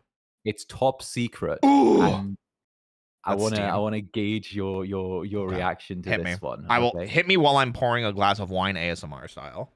Okay. Do not tell anyone what you're seeing. Okay. I'm gonna show you this, and then I'm gonna delete it after I show it to you. Okay, No I'm one ready. Can see this. I This is see top secret. Spider-Man with an MP40. I'm ready. Oh, that was really good. Yeah. That was pretty good. Oh, Yeah. I'm so Yeah. excited. That yeah. It's Listen. That's pretty good. From a corp. That's Yeah, absolutely. yeah. 100%. I went Tony. to the trenches with that one. You went to the trenches, bro. Oh no, they gotta let you. You know, you're an incubus. You gotta show some leg. You know, you metaphorically show some leg. You know, if people get that, it means like you lift the skirt kind of thing. Anyway, I mean, I'm definitely showing some leg. Okay, I didn't mean it like I wasn't gonna say it like that. I was trying to slide it off like that's not what I was. Listen, if you guys like Zanny leg, I'm gonna tell you. Zanny, that cooks. I'm very excited. Why, thank you. I'm very excited to see what else happens. Yeah, leg. Listen, if you guys want to see more leg, I'll just put the BRB screen back on while we're getting our drinks together. Oh, are you ready? Are you good? Oh, I'm ready. I'm drinking. I'm drinking gin and tonic in a can. Okay, then let's have a cheers. Oh, cheers. Yeah, kanpai! Kanpai! Yay! Oh, that's okay. Oh, jeez. Oh wait, what is it in Japan after it's kanpai? It's tsa! You know, when you just have a lot really fast, you know, tsa! You know, you just drink it really fast. We moan? I don't know.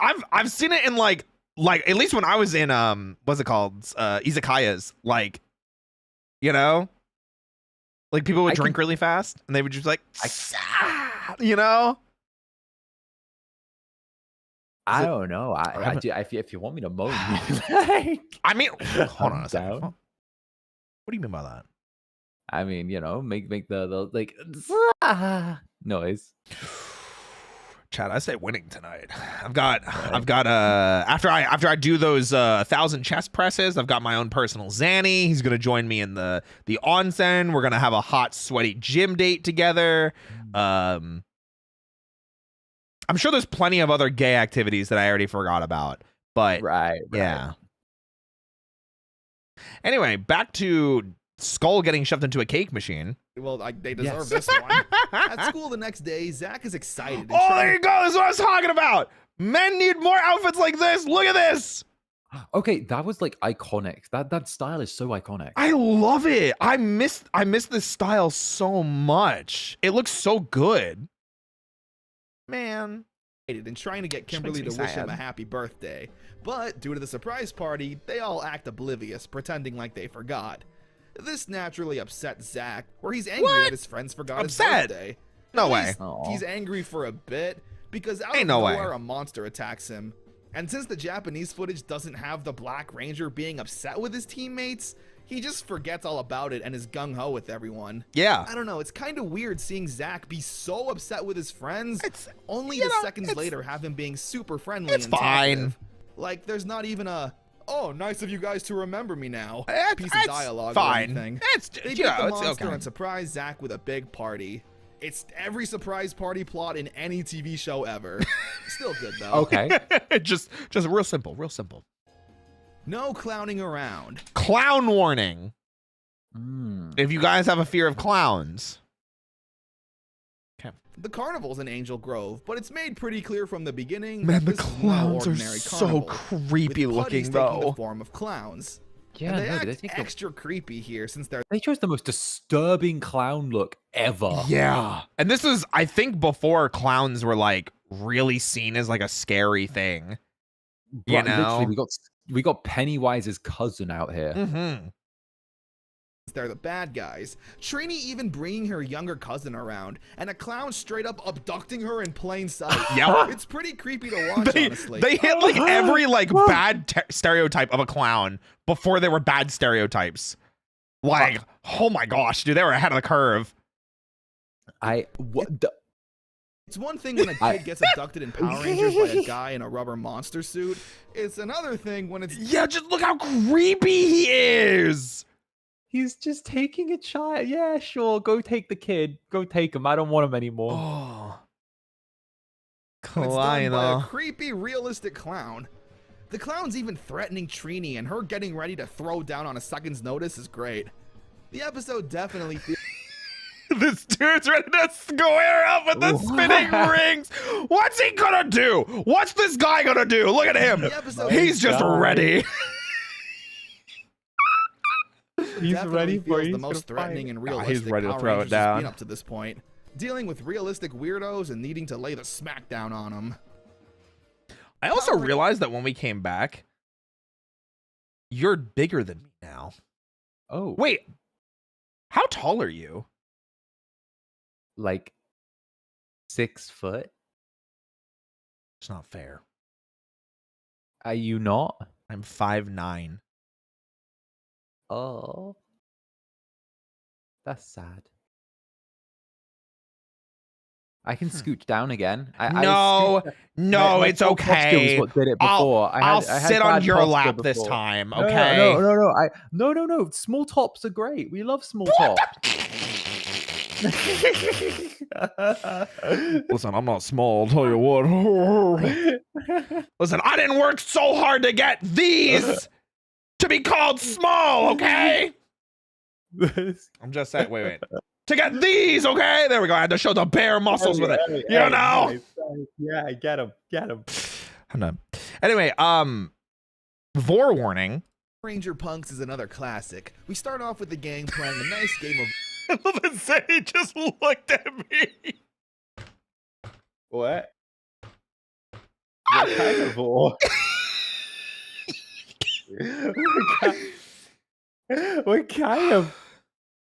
What kind of war? Okay, listen. The 90s were a wild time. That's all I can say, okay? There are genres of war? volleyball Okay. until putties attack. Amongst the chaos, Babu sneaks around and spikes the Rangers' drinks with a potion, where Billy and Kimberly then take a drink and immediately Sure. undergo personality changes, turning into rude and crude punks. It's so funny, and this is an episode that didn't get, like, this is a 1-to-1 copy of the episode in Japanese, but way toned down in America. In the Japanese version, they joined the Yakuza and mow down a bunch of civilians with MP40s. And I'm not kidding. Like, you can go find the scene where they just kind of just shoot a bunch of people with machine guns. We just gun them down? It's pretty crazy.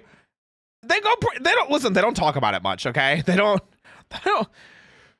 I can't imagine why they don't talk about it much. Yeah, you know what? Listen, just Even showing up to school Anyway. the next day dressed like rebels. Bullying kids for lunch money. Billy even threatens Bulk, and Kimberly flirts with Skull, saying that they're going on a date.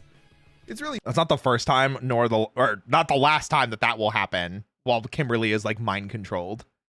I was just thinking, didn't Skull make a pass at like a really aggressive pass at Kimberly the last episode? A couple times, yeah.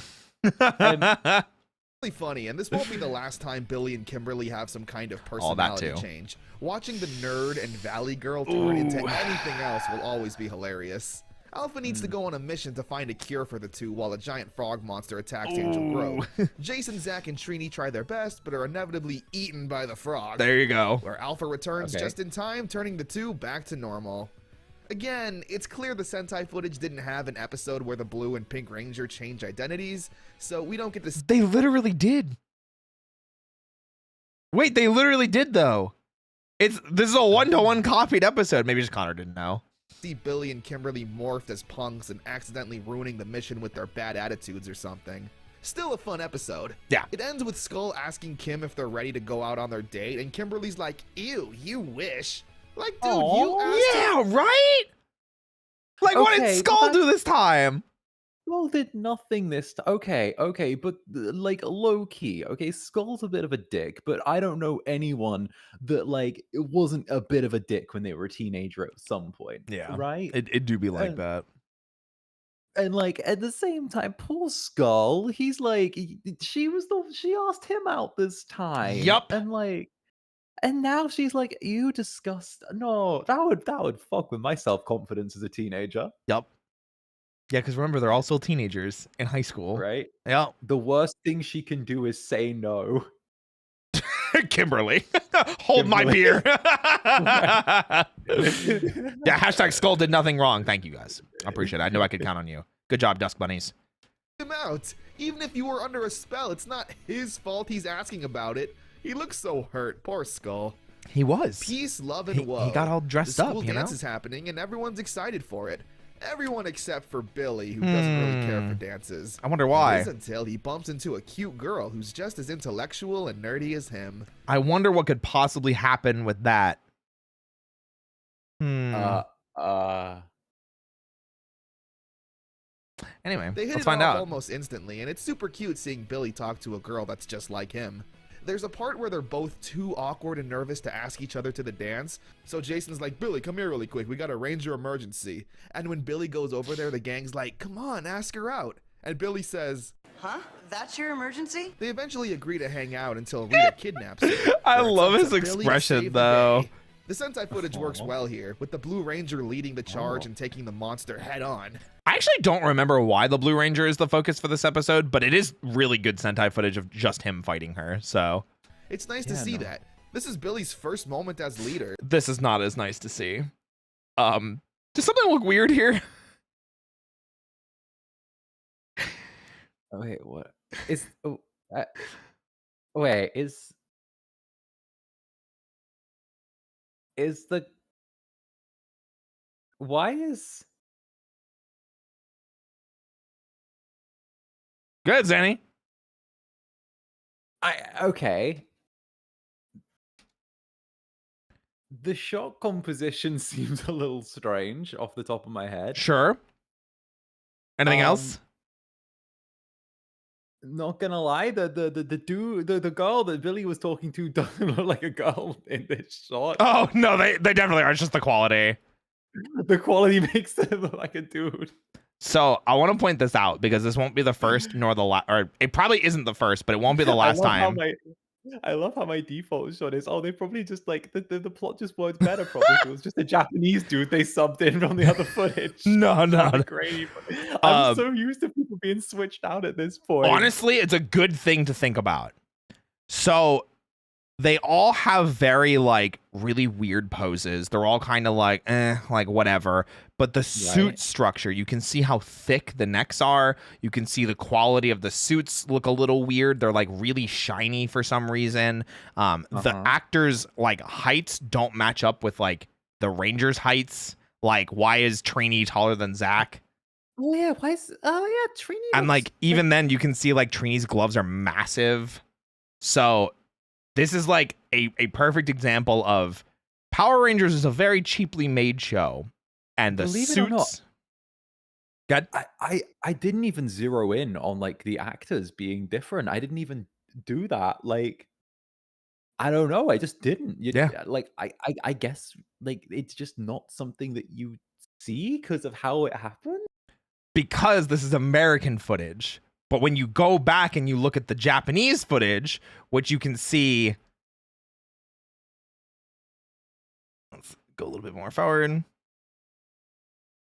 You can see, look how different just the structure of the suit looks. Oh yeah, thin neck.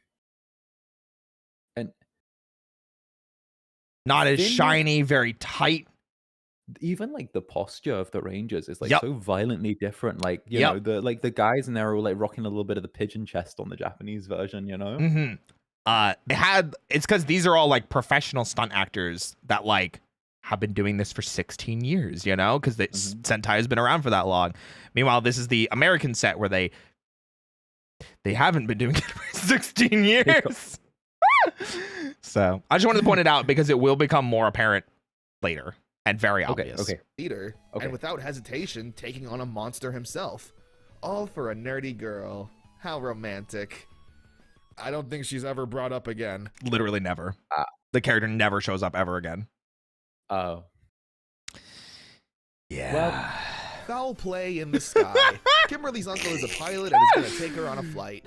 Bulk and Skull notice this and have an interest in flying too. They ask Kimberly if they can come along, and it's pretty sweet, honestly. They have no schemes or ill intentions. They genuinely just want to fly in the plane. Yeah! This episode Go for a little is afternoon alright, flight. I guess. Not a lot happens, and most of it takes place on the plane. Kimberly's uncle gets put under a spell and needs to land the plane herself. A monster eventually shows up, so something can happen in the episode. This monster specifically is voiced by Bryan Cranston. What?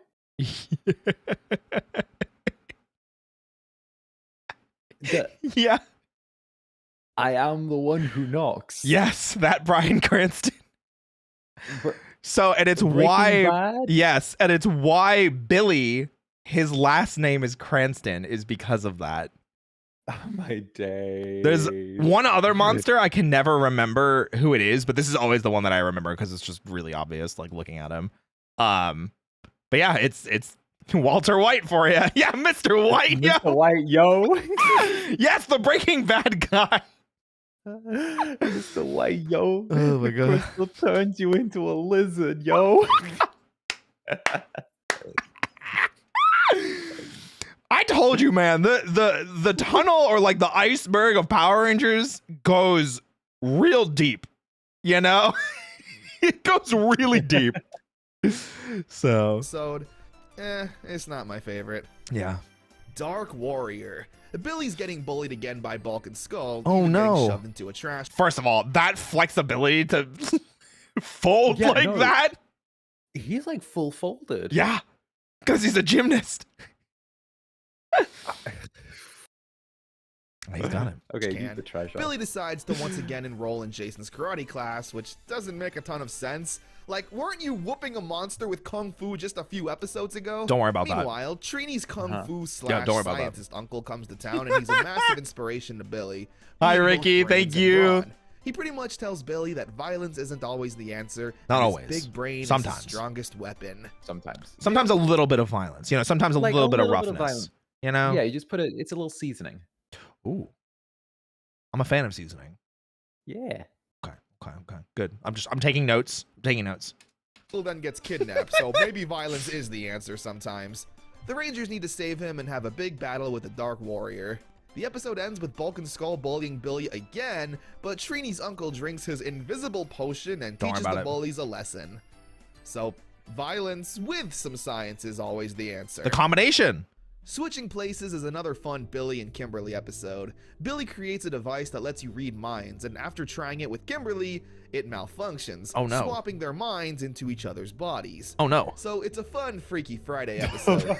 I just love the scream. Okay. Okay, but Yeah. if Billy is now in Kimberly's body, why does Billy Kimberly need the glasses? Okay, listen. If the eyes Listen. like I'm just saying. Listen, This Zanny, you can't Billy's ask this got many eyes. questions, okay? You cannot ask this many questions. That's dangerous territory. Yeah, there's a simple explanation for that, which is a line you'll hear later on as we get into deeper seasons when it doesn't actually make sense and we just say, there's a simple explanation for that. with Billy's head in Kimberly's body and Kimberly's mind in Billy's body. Seeing Billy talk like a valley girl is funny, and Kimberly wearing glasses and talking like a nerd is very attractive. I think I've fallen in love. Most of the episode follows the two around school having a hard time pretending to be each other. I want to know how this happens because it's like he presses like too many bad keys. This thing literally explodes. How did they do that? That's how computers worked in the 90s. That's crazy. That's an explosion. Yeah, that was A hard computers time were more pretending to be combustible. each other. Oh my When the gosh. monster shows up, we do get a little babble with Kimberly and Billy saying things they normally wouldn't. So that's fun. Now, these next group of episodes is a really important mark. We finally made it, Zanny. We made it to good storytelling that still holds up today, and something I'm finally sure got- you've been curious about. We got to Tommy Oliver.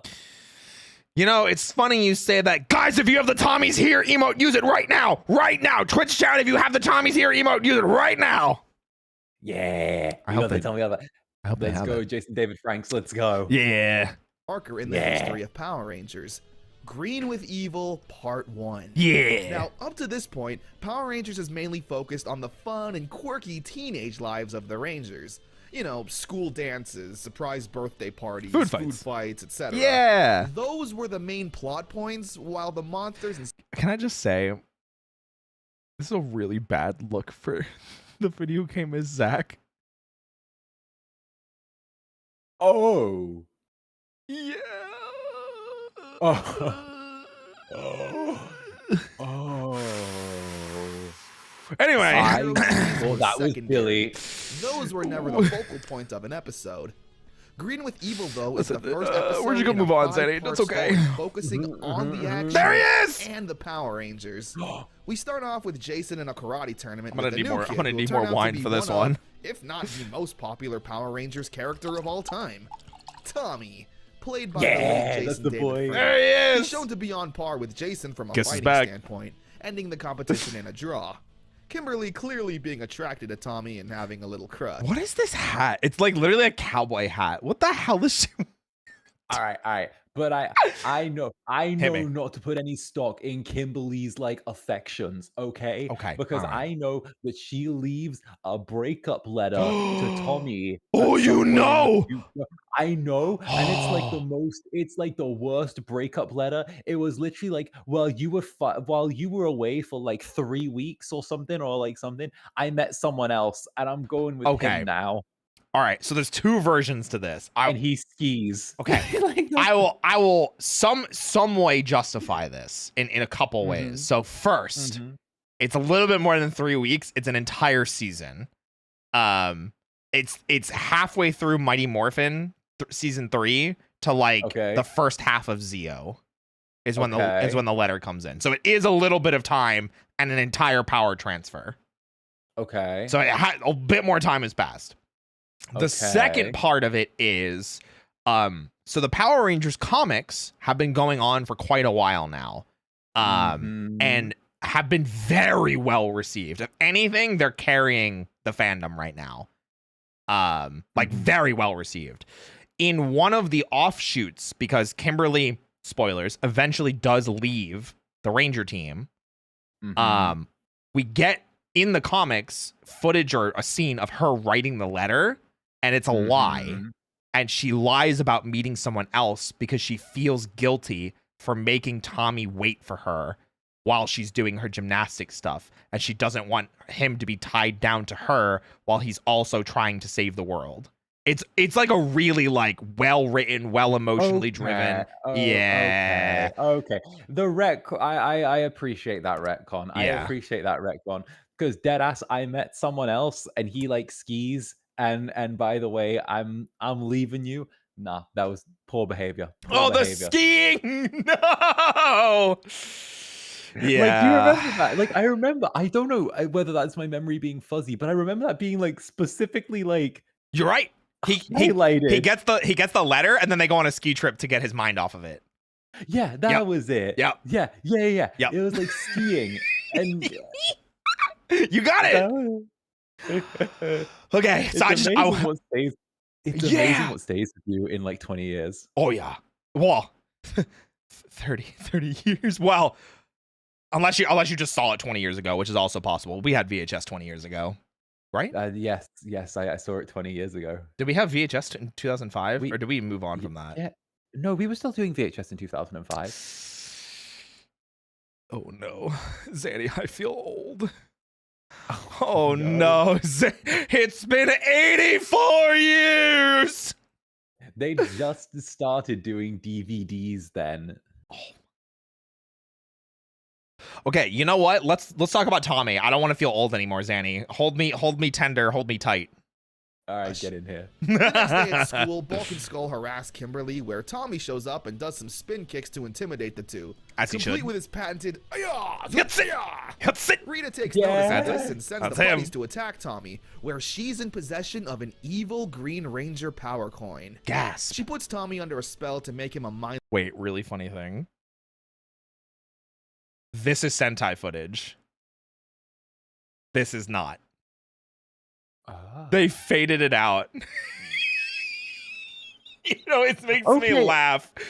Okay, but they spliced that footage really well. Absolutely they did. Yeah, this one's good. Puts Tommy under a spell to make him a mindless slave to Rita, and more importantly, become her evil Green Ranger. Yippee! She even tells Tommy the identity of the Rangers. Tommy then infiltrates the command center and wreaks havoc, turning Alpha offline and even destroying Zordon's communication and connection to the Rangers. Whoa. The Rangers eventually try to contact Alpha, but to no avail. So they use the rad bug to show up, but they're too late. They attempt to fix Alpha, but again, no luck. Just then, the Green Ranger is attacking Angel Grove. Look how good he looks. Look at that. The deep green, the shield looks great. He's shining gold. Wait, I know lore. I know lore. Hit me. I know that Hit me.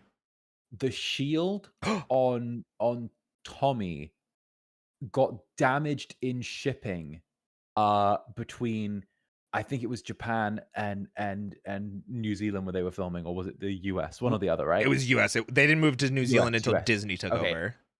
So it got damaged. And the reason why the shield looks worse in some scenes is because they had to make one quickly out of like quilts and like plastic. So from what I understand, that is mostly right, but there was another Right. shield that they could have ordered and they just didn't. Oh. Well, Yeah. that's just disappointing. There is another suit that did get damaged in shipping, and I will point that out when we get to it. But I don't remember if the Green Ranger's shield was one of them. But this will be another point, like I mentioned before when we were looking at the side-by-side comparison, where you can very easily tell when it's Japanese footage versus American footage is the difference in the shield. Right. Yeah. Yeah. And the Rangers have to stop him. Unfortunately, the Green Ranger is kind of powerful and easily wipes the floor with the other Rangers, Oh, yeah? causing them to retreat. The gang are back at the command center, trying to figure out just what the heck happened. They lost. I love how like the lights are so dim here too. Like normally they're like all really well lit, but like you can see like the dark shadows on them and everything. The background's really dark just to show like how dire of a situation everything is. I love that. It's really good scenography. Yeah. And remember, this is a kid's show. Zordon don't have Alpha and are seemingly fighting one of their own, realizing that this is easily the biggest challenge they've ever been faced with. Leading into Green with Evil Part 2. Part 2! Billy and Trini are trying to fix Alpha while the rest are pondering just who this new evil Green Ranger is. They eventually I also will say, just as an aside, I love Connor's choice of music because this is around the point where he starts using like JRPG music or fighting game music, and this song is specifically from Tales of Symphonia, and I love it. Never played get it. Alpha Super good. Would recommend if you ever want a really long JRPG. It's on Steam. Nice. Yippee! working again, but can't remember anything due to a virus that Tommy put into him. We see how all of this stress is affecting the Rangers. Billy and Trini are tirelessly working with this technology they don't understand to bring back Zordon. Jason is hot-headed, beating up a punching bag, saying how he just wishes he could get his hands on the Green Ranger. I want that tank top. Hold on a second. I feel like I could rock that. Again, which is There's a scene which I think is coming up Okay. that awakened something in young Zanny. Ooh, I'm excited to hear what it is and to see if I can recreate it with a tank top of my own. It's pretty uncharacteristic, being able to normally keep his cool. We also get a bit of Kimberly and Tommy drama, with Kimberly worrying about Tommy There's not your showing up fishnet to shirt. a hangout session the day There it before is. since There it he is. was kidnapped and turned evil. Tommy, under mind control, acts really mean to Kimberly and calls her selfish, where Kimberly gives the funniest this. response when she says, Well, excuse me for living. like, Jesus, it's so cheesy. I love it. And then to remind you that he's evil, anytime we get a close-up of his face, his eyes will flash green, in case you forgot. Well, excuse me for living. Yeah, because I think his line is like, newsflash, Kimberly, you're not the center of everyone's universe. Oh my Anyway, gosh. Tommy then gets a super-powered evil sword and captures Jason inside a dark dimension. Oh no, Golgar green is lasers. essentially playing with his food after stealing Jason's morpher, beating him up and teasing Jason to fight back. The So Green Ranger wants here is what I was talking about before. This is a suit that did get damaged in shipping. Because they hadn't filmed any, I think, solo Goldar footage yet. You can see he's literally talking and the mouth isn't moving. So it's around this point that they also changed the voice actor. So instead of it being, Red Ranger, you and I will do combat too. Red Ranger, you and I will do. Yeah. So they went for a little bit more comedic and over the top so you could really tell that he was speaking. But it is really unfortunate because you can kind of see like it's trying to move because they're like moving their head. Where Goldar is essentially But playing it's with like, his food after stealing it just Jason's doesn't morpher, move. beating him up and So. teasing Jason to fight back.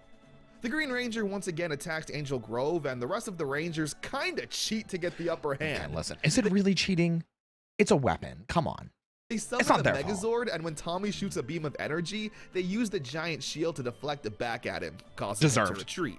So, like, Deserved. it's already 4-on-1, Right. which is unfair, Fair but play. to then summon the Megazord to 100%. fight regular-sized Tommy, it shows the Rangers' desperation.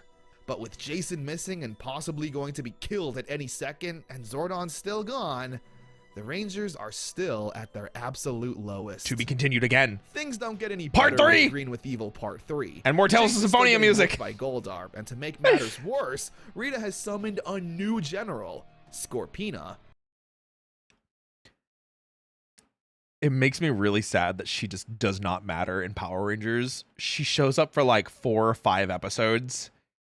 She never gets destroyed or defeated and then just vanishes. Ah. But yeah. She's very attractive, but very scary. Tommy once again hurts Kimberly's feelings, and it's just so sad to see. Yeah. Alpha eventually gets teleportation working again and frees Jason from the evil Yeah, dimension. no Dragon Zord yet. Moments before being killed, he never really stood a chance against Goldar. Rita also concocts a plan to cause an eclipse that will cut off the solar energy that's required to power the Megazord. Ah, yes, 90s to and kickstart solar that plan power. In motion, she sends Hey, down a they were giant being Goldar to eco-friendly. attack Ah, Angel they're Grove. trying. And with no Zord Megazords can't run on fossil fuel after all. They're made of dinosaurs. Wait a minute. Wait a minute. Zordon still in sight, and Jason just recovering from his traumatic event, they have no time to waste. To be continued into part picks off 4. Immediately where we left off. The Rangers still trying to contact Zordon, but needing to take care of Goldar, Scorpina, and the Green Ranger. We get some Vulcan Oh, skull also funny thing with Scorpina. In the Japanese footage in the Sentai, she's married to Goldar. Oh. Good for them. Yeah. Good for them. Honestly, Goldar deserves it. I agree. He worked hard. Yeah. I don't know why they just didn't adopt that for Power Rangers, but yeah, whatever. We can't have Right. we can't have good relationships. Give Goldar his happy relationship. He I deserves agree. it. He's a good boy. Hontoni. Ranger. We get some Vulcan skull shenanigans with them taking a bus to drive far away from giant Percento. Goldar. The Rangers summon the Megazord, but unfortunately get overwhelmed by all 3 villains. Oh no. Yeah, it's not so fun when it's not a fair fight, isn't it? Rita's Eclipse plan actually works. Yes. Shutting down all power in the Megazord, and even ends up destroying the Megazord and sending it to hell? Jesus. With that, the Rangers... So I'm gonna pull back to this exact shot. You see like the Zords are like sinking into the flames of the earth. You know, Yes. they're like going to hell. We're probably gonna see this shot exactly like 4 more times. This exact shot. It did go very hard though. It did. the Megazord and are forced to All right. retreat once again. Things are looking pretty grim for the team. They even consider just giving up at one point since they have nothing left. No giving But up. Jason convinces the team to keep going. There is one new development, though, that Alpha was able to figure out, and that's the identity of the Green Ranger, which, to the surprise of everyone in the command center, is shown to be Tommy. Now, Zanny, Ooh. Yeah. this is obviously you gave me the ooh, so you know how big of a deal this is. The Rangers know that Tommy is the evil Green Ranger. What is your first step knowing that Tommy is the evil Green Ranger? What's your first thing that you're gonna do? First thing you got to do, plan an ambush. Easy. Okay. You've got an advantage on your hands. He doesn't know that you know, so you got to take advantage of that. You know, that's a really good plan. I like the way you think. I like how evil you are. You know, it's really attractive. You know, jump him. Yeah, Thank you. it's good. Good. Yeah. They're not gonna do any of that. Leading in to the Green with Evil finale. Shocked at this revelation, Kimberly goes to confront It's coming. Tommy Yeah, about this is the scene. This is the scene. So is the first scene. thing This is the Kimberly scene. does is go to Yeah, this is the confront him scene. instead of planning an ambush.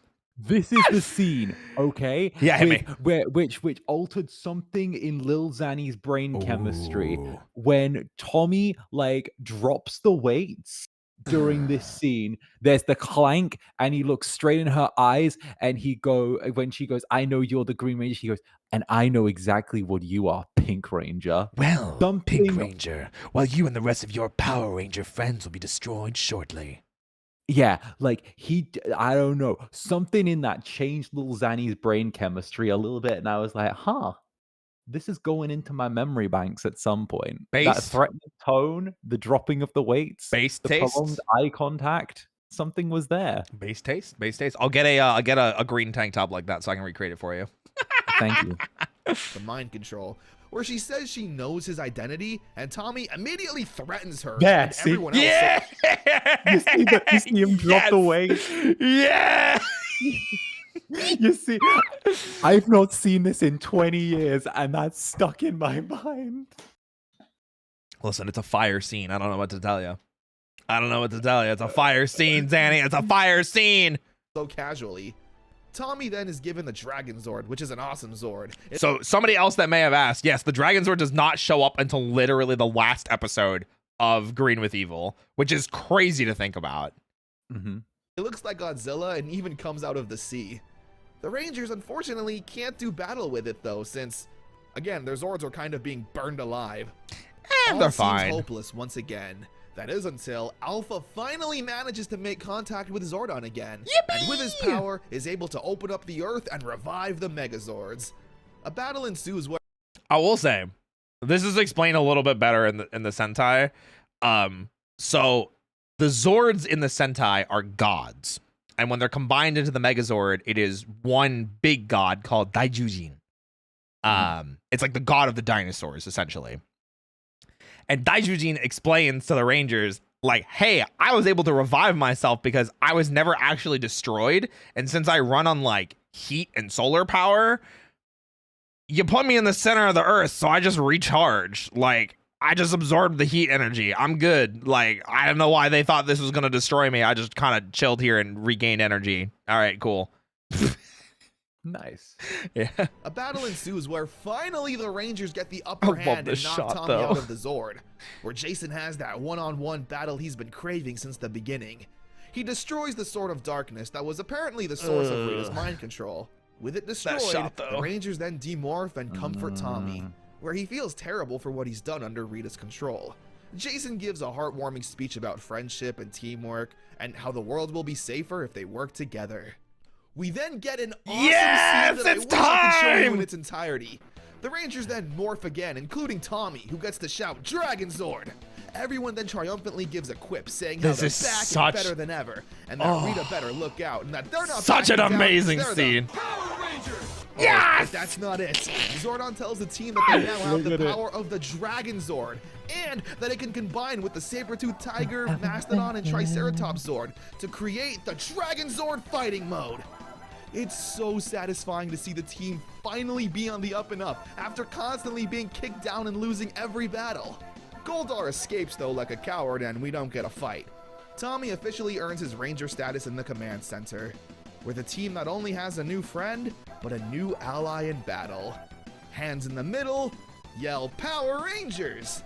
Episode and Gotta have that 90s feel, you know? Yes. So, fun thing worth noting, and you might see it in like some of the Sentai footage, or like the Japanese stock footage that they use for the show. The Green Ranger and Red Ranger are brothers in the Sentai. Oh. So their fighting is a lot more like, oh, like I don't want to fight you, you're my brother. And meanwhile, the Green Ranger's like, I hate you, and is like trying to like kill him. And Red Ranger's like, I didn't even know I had a brother. What are you doing, man? Like, what? Hello? Okay, very soap opera. So, 100%. It's a big soap opera moment, but there's definitely a lot of scenes like that where it's like them, like the Green Ranger caring a lot for the Red Ranger for that reason. So, Green with Evil Saga was so amazing, mainly for being the And it first held up handful very of well. episodes to have a more action-centered storyline. Apart from some Bulk and Skull moments, this episode had no real high school drama or moral lesson. Literally just a massive evil force that the Rangers had to take on by themselves. I don't mind the Saved by the Bell sitcom episodes at all. I really don't. And the clowns I are pretty the characters scary. enough, and seeing them do anything is enjoyable. Pretty scary. But having the show finally feel like a superhero show and not a sitcom was a nice change of pace. True. And again, introduce the world to Tommy, who would become a lot of people's fan favorites. I mean, you were literally asking about Tommy before we even started. So. Yeah, no. Literally, I was like, it's Tommy, because like, you know, he's the one with like a consistent story all the way through. Or not all the way, not like Bulk and Skull, but he appears in a bunch of seasons. He like grows and develops with like different roles and different stuff. He's just great. He's great. Now, hold on a second, Zanny. What would you do if I told you that after Tommy, after he left the show during Power Rangers Turbo, what would you do if I told you that almost a decade later he returned as the mentor figure for another season? Thunder. Yes. Yes. Okay. I'm glad you know. He was the Black Ranger in Dino He Thunder. was indeed. I think that's his best role. I think that was his best as well. I loved the relationship between him and Mesogog. Zanny's Beast! Let's go! Yeah. Wasn't it Time Force was right before Dino Thunder as well? Ninja Storm. Ninja Storm was before between. Dino Thunder, and then Wild Force was before Ninja Storm, and then Time Force was before Wild Force. Right. Because I remember they managed to I remember because Tommy's like kind of flashback episode in Dino Thunder happened to fall on the 500th episode of Yes. Power Rangers. Yep. Yeah. Are you not impressed that I remember this? I am, right? man. Oh, Right? you are so attractive to me right now. Like I have, man. I'm man. I don't know. There's got to be something in this wine or something, you know. Wait a minute. It's got. Right. Is this your incubus charm? Is this? Hey, you got that all on your own. Like, Oh, hey. okay. Listen. Right. I'm just trying to- But no, I remember they had a flashback episode, 500 episodes of Power Rangers. Yep. And they had Tommy be the mentor figure for that, like the entire thing. And I know that like Dino Thunder ended up being like one of the most beloved like seasons. Yep. Because when they did I think it was SPD, they had a episode where they crossed over the two and had Dino Thunder come into that with the main cast. They did. And oh my days, I'm uncovering memories here. Uncovering memories. There's also a Ninja Storm crossover that happens during Dino Thunder, and I still think it's one of the best because it's got one of the best morph scenes, and it's a think that two-parter. Dino Thunder was my favorite simply because of the fact that they had the best tertiary rangers. I mean, that's a good reason. And Dino Thunder widely considered a top 5 season by everybody. For sure. So I mean, the Dino Thunder also had, I think, some of the best White Ranger design. oh yeah, even in the Sentai, like he's a menace. In the Sentai, his name is Abare Killer. Like, he has killer in his name. Abare Kira. Yeah. Oh, yeah, because they had him, and then they had the blue and like the I want to say like the magenta ranger. I don't know what it was. They were like the bug rangers. Oh, I don't know what you're talking about there. In Dino Thunder, they had like the two kind of like low key like crimson. That was it. Navy and crimson. That's It was, Ninja like, Storm. white, navy. Was it Ninja Storm? Yeah. What? Because you're What thinking were of the two- Crimson and Navy Rangers from Ninja Storm. Oh, Crimson okay, Thunder, okay. Navy Thunder. Okay. But they do have a crossover with each other where the full teams come together. Okay. We'll cross that bridge down the road. Guys, he's remembering and he's just growing in attractiveness with every second that passes. Man. I can barely contain myself right now. Anyway, sorry. There's also no proper time to mention this. so Sorry. I guess We're going from sensual to sadness. I do apologize. talk We're going about it into quickly Trini. now. In 2001, And Jason Tui David Tran, Frank. who played Trini, would pass away in a tragic accident. And in 2022, Jason David Frank would also tragically pass away. I'm bringing this up now just so we can focus the rest of the video on all the happy moments they brought us throughout the years. So let's continue on with the show. In the 30th anniversary episode or movie that David Yost very much helped write and produce. They have like a in memory moment for both Tui Trang and Jason David Frank, and it plays a very specific song that you hear during Mighty Morphin that is very like anybody that hears it immediately knows that that's what it's for. It's a very touching song, but it is very much a like never forget like and rest in power kind of thing. So yeah. Back to power. The trouble with shell shock. We start off with the I'm gang gonna playing pause some something here, 'cause basketball, this is gonna be including really Tommy. funny. Look at that. They're all such great. He eats so much shit. Look at that. He's just like, get out of here. He gets so bought. Yeah, he gets knocked out and everything. Get that weak shit out of here. They didn't have to do him like that. No, they did. It was didn't have to revenge. do him like that. It was revenge, man. They had to do it to him. Rita is apparently asleep, and Squat and Babu decide to make her happy by destroying the Power Rangers with their own monster. A turtle with a spotlight in its back that enjoys baseball with a cannon and a hook. This is literally what a child would come up with when creating a Power Rangers monster. It's pretty powerful, though. It makes Trini run indefinitely with its green light and freezes Billy, Zach, and Kimberly with the red light. Oh, no. I mean, that's 4 Rangers down already. Maybe Squat and Babu should be ruling and not Rita. Man, that's fair. Trini is sent to find the cure since... And that shot makes so much more sense because remember, the Zords are dinosaur gods. So the dinosaur god comes to them in a vision. Oh. Yeah. He's getting the she's vision already quest out in the... before Zio. I mean... Vision quest, more like flower quest, you know? They're just looking for a flower, you know? Out running around, might as well. Jason fights Shell Shock on his own with his Tyrannosaurus sword, but aren't we forgetting someone? Yeah, Tommy. What's he doing? Playing with a stick? That's okay, he's new, he's getting the hang of it. So, He's fine. this He's is figuring it out. this is something really funny, and I always point this out to everybody that remembers, because everybody that remembers Tommy is always like, the Green Ranger's the best! Green Ranger Tommy is by far his worst form. It is hands down the worst. And this is a big reason why, because of how he's written. He wasn't in the fight because he took off his communicator.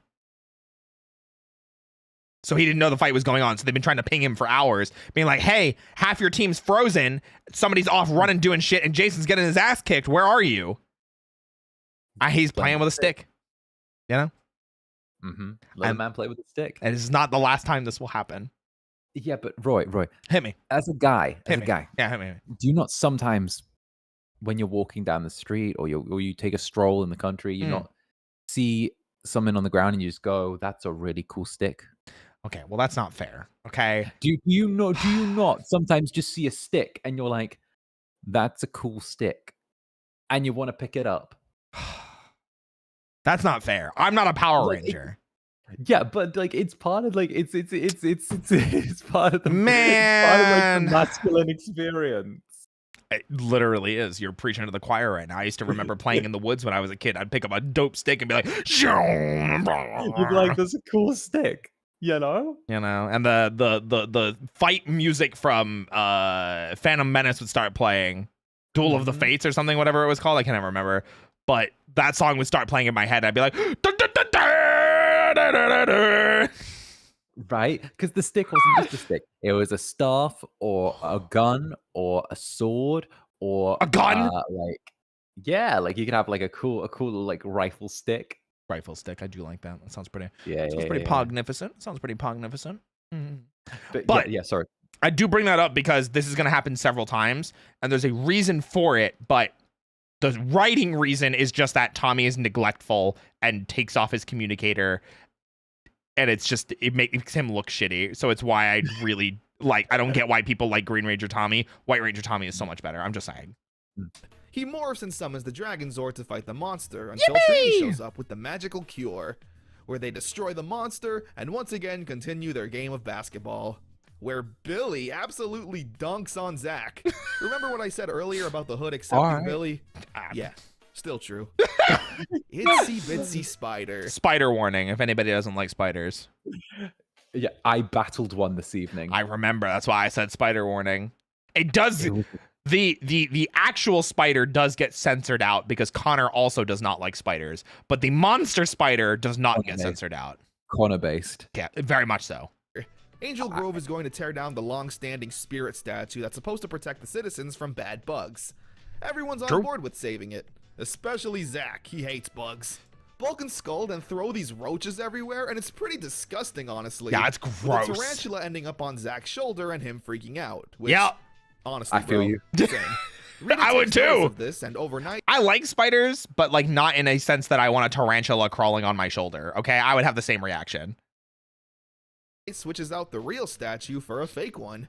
We cut to Zach teaching his hip-hop keto class, which I believe is the first mention of it. Oh, hip-hop keto it being is. Zach's dance fighting hybrid style. It's so good. Rita though. sends out some sleeping bugs to put Zach's students to sleep. He freaks out because they're bugs and runs to the statue for safety, where he realizes there's snakes in the statue's hair as opposed to flowers. So, screw it, that's enough justification to morph and blow it to bits. It's so funny because I think that's literally the same justification in the Sentai as well. Is they're like, it's not the same. It must be Rita. Morph, destroy it immediately. Where it reveals a giant And there's the giant monster. spider. Maybe you shouldn't have blown it up. Rita makes I it mean- grow, which is even worse for Zach, especially with the spider being pretty powerful and disassembling the Zords. Oh no. If only there was a sixth ranger to aid the Yeah, where's Tommy? You notice that Tommy's gone still? Oh well, he might have found another stick. Like, Oh. let's not judge Tommy too harshly. You're What if he found so another stick? right. You're so right. Let's take a look. gang with another Zord. Yep, they call for So he was playing with a What's that sword this expression? time outside. Does that count as a stick? It was a sword. It's his expression. He looks so fucking gormless in this shot. Yeah. He's like, huh? Tommy, who once again is doing martial arts alone. He summons the Dragon Zord, and we finally get to see the Dragon Zord fighting mode in action, with it drilling a Oh, hole this is right through the sick. spider. Look at that! This is a kid show. That's so. I love this shot. I don't know why I love this shot so much. You see the see-through of it. Oh, it looks so cool. Oh. That's pretty metal. The day is saved, and Zach is still afraid of toy spiders. Again, same. Same. In the Spitflower, we have one of Rita's worst plans ever. Kimberly is designing a float for the Angel Grove Parade. That's crazy. Where Rita sends down the putties to destroy it. What does this accomplish? Like, yeah, Kimberly is sad by it, but the world isn't more conquered by this. It's just... I mean, couldn't you say it's more conquered because of it? Couldn't you really? I don't ask, I vibe. That's what you've taught me the with this. minor Don't There you go, ask, good. vibe. inconvenience. She I was then creates testing a you. flower monster. All right, that's a little more threatening. The Rangers are sent to deal with it, all except for Tommy, who's busy rebuilding Kimberly's float concept. Very But important. shh, it's a secret. We're not supposed to know. Very that important. yet. He eventually does show up to help the Rangers with the power of the Dragon Zord, destroy the flower monster, and we see that Kimberly's float does end up being in the parade, all thanks to Tommy's hard work. Yippee! What a guy. Yippee. Life's a masquerade. There's a costume party going on at the juice bar, and I love everyone's this excited song. to dress up. Rita even gets in on the fun, creating literally the Frankenstein monster.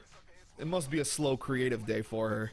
The monster shows up to the dance, and he kinda sucks. A girl mistakes it for her boyfriend, and they dance, and he's clearly trying to hurt her, but is too slow. Like, how is this supposed to be a threat? There's a really cool part where the monster does throw the girl, and Bulk and Skull of all people stand up for her.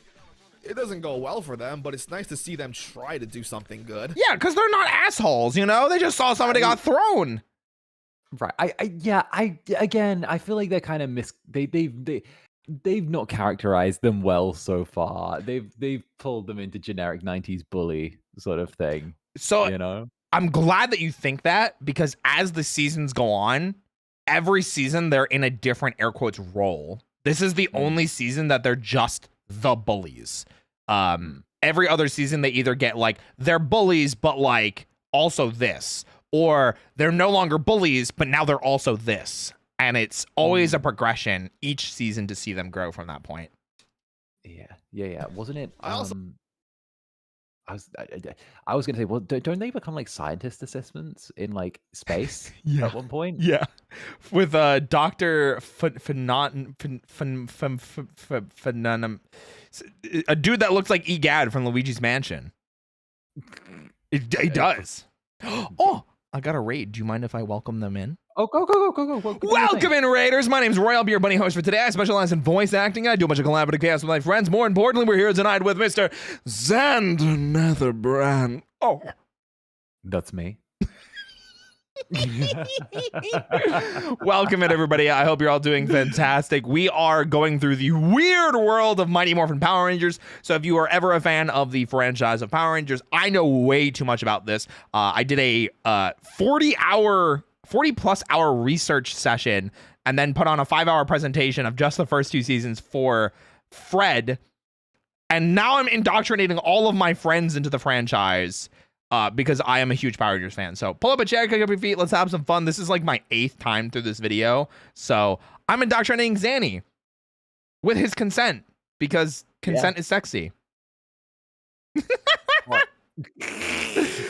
I hope you had a great stream. Welcome in Bubblegum the Clown. Yippee. So like when Billy morphs, and instead of saying it's morphin' time, he says, it's time for molecular transmutation. Only time he ever says that. It's time for molecular transmutation, guys. It's time for molecular transmutation. It just be like that sometimes. Like, who are you trying to show off to? The Rangers destroy the monster, with Tommy showing up at the end to summon the Dragon Zord again, and makes it back to the party. Also, it literally is Frankenstein's monster in the Sentai as well. So, don't know why. Don't ask me. Just in time to see who won the costume contest, which turned out to be Alpha. He even gets all the ladies. Damn right he does. Gung Ho is a really fun Damn episode. straight. Jason and Tommy are training for Listen, some I don't know about ninja straight, duos but, like- competition, but they're having issues working together. Listen, Both I seemingly believe having that pretty big egos and trying to Alpha's one-up got each the other. moves. Okay. A lot of the All right. episode You know feels what? like a If you demo believe in reel Richard for Horvitz, Austin I St. believe in John Richard and Jason Horvitz. David Frank, both showing off their impressive martial arts and athletic abilities. But hey, I'll take it. Most episodes of Power Rangers has people talking and Rangers fighting. Here, though, you get humans fighting and Rangers fighting. Yeah! Lots of fighting. This episode is like 90% A lot spin of fighting. kicks. A lot Meanwhile, of Rita is Saiyas. creating super putties. What makes them super? They get a belt now. Although they are pretty indestructible, and Zordon sends Jason and Tommy to find the Jade, secret weapons welcome in. Thank you so much for the that'll be able to raid. destroy the putties. Thanks so much. Welcome in, As everybody. well We're as watching teach some them Power the Rangers. importance of Pull up a working chair. Let's have some together. fun. They struggle at first, but eventually get the hang of it. So here's a funny thing that I'm going to talk about this. And I think it will come up again later in the video as well. Jason David Frank, who played Tommy, and Austin St. John, who plays Jason, they didn't like each other. Oh. They had a very like legitimate rivalry going on between each other. I didn't know that. Yeah. And in some of the later episodes where they're like air quotes butting heads, they're not acting. It is, and it's very well documented. And they've talked about it in plenty of interviews. They genuinely dislike each other, or disliked each other, you know, since anyway, so a lot of these episodes where it's like, oh, Tommy and Jason have to work together and like gung ho and, you know, not butt heads. Yeah, they are not actually good. trying not to fight each other. Yeah. Even coming across a new Zord, Titanus, who initially attacks the Rangers as a test. That's crazy. They find the blast. What do those look like to you? Like fireballs? One more guess. Wait. They're like they're like dinosaurs. They look like toys was the answer I was looking for, because they're selling you a new toy. Oh, I get a new toy out of this. New It's toy. great. And wait till you see how they use them, because they're slingshots. I would have also accepted slingshots because they're called Thunder Slingers. Oh, I remember the slingshots. This is the only episode they show up in. But they're a key part, so kids should buy them as a toy. Yup. is the only episode they show up in. Yeah. But buy the toy. Buy toys. Buy toys. Buy Oh them. my gosh. Yeah. Destroy the Super Putties, and Jason and Tommy go on to become Angel Grove's best ninjas. Yippee! It's a really good episode, Hey. mainly because of the long scenes of Jason and Tommy showing off their moves. Yeah, it was a lot. Wheel of Misfortune. Ooh. The school's doing a Fun play episode. on Rumpelstiltskin, which for some reason Bulk and Skull are taking part in. One of the props being used is Kimberly's grandmother's spinning wheel, Yeah. which Bulk abuses and eventually breaks. And Kimberly giving one of the most Here it genuinely comes. terrifying shouts I've ever heard. You ruined my grandmother's spinning wheel! Jesus, I'm sorry. The rest She of got some pipes on her. Damn. All right. All right. And will not be the last time we hear her scream like that. Trust me. All right. But Loki, I respect someone who can yell like that. It's pretty great, right? Right? That's powerful. See, but what if they took a broken spinning wheel and they turned it into a monster? Let's find out. the episode is pretty standard. Kimberly said her wheel's broken. Yeah. Tommy goes off to fix it. Monster attacks, save the day. Yeah, except it's actually just a giant spinning Of course it would be. It's just a giant spinning fucking wheel with sparks coming out of it. Oh my gosh, I got another raid while I'm wheezing. Do your thing, do your thing, do your thing. Sorry, Sandy, I love you. Okay. Welcome in, everybody. My name's Roy. I'll be your bunny host for today. I specialize in voice acting. I do a bunch of collaborative chaos with my friends, like Mr. Xander Netherbrand. That's me. I'm Xander. But are you Netherbrand? I'm Xander Netherbrand of First Stage Productions. He gave me the full thing. Damn, he gave me his full government name. It's mine now, guys. I'm now Roy Chiato. Anyway, welcome in, guys.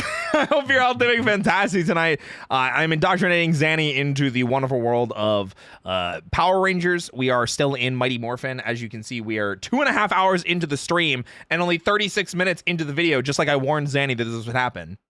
We've also been drinking a little part bit. 2. Yeah, well, part 2, part 3, part 4, part 5. You know, it'll just be a regular It's an thing. You know? ongoing. It's a running series. It's a running series. Yeah, so if you guys want to learn more about the Power Rangers franchise, I know way too much about it.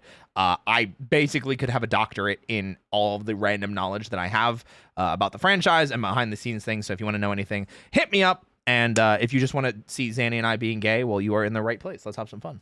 This beat is sick. Let's go. Save the day, everything works out. Island of Illusion Part 1. Clip We start show! off with Zach practicing for some dance competition. He's lacking confidence and doesn't feel like he could win. Oh, That's important, remember that. oh. Meanwhile, Rita summons Lokar, this giant evil spirit. I'll give you 2 guesses who this is. Their name begins with an S.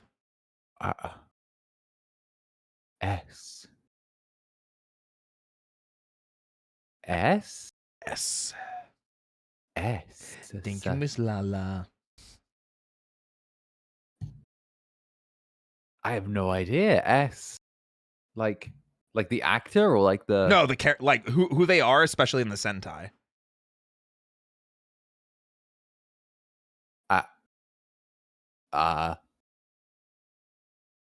I don't know. I don't know, Roy. Say hello to Satan. What? This is literally Satan.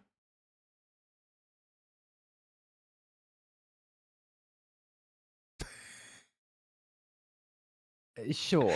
I'm not sure. kidding. This is actually Satan.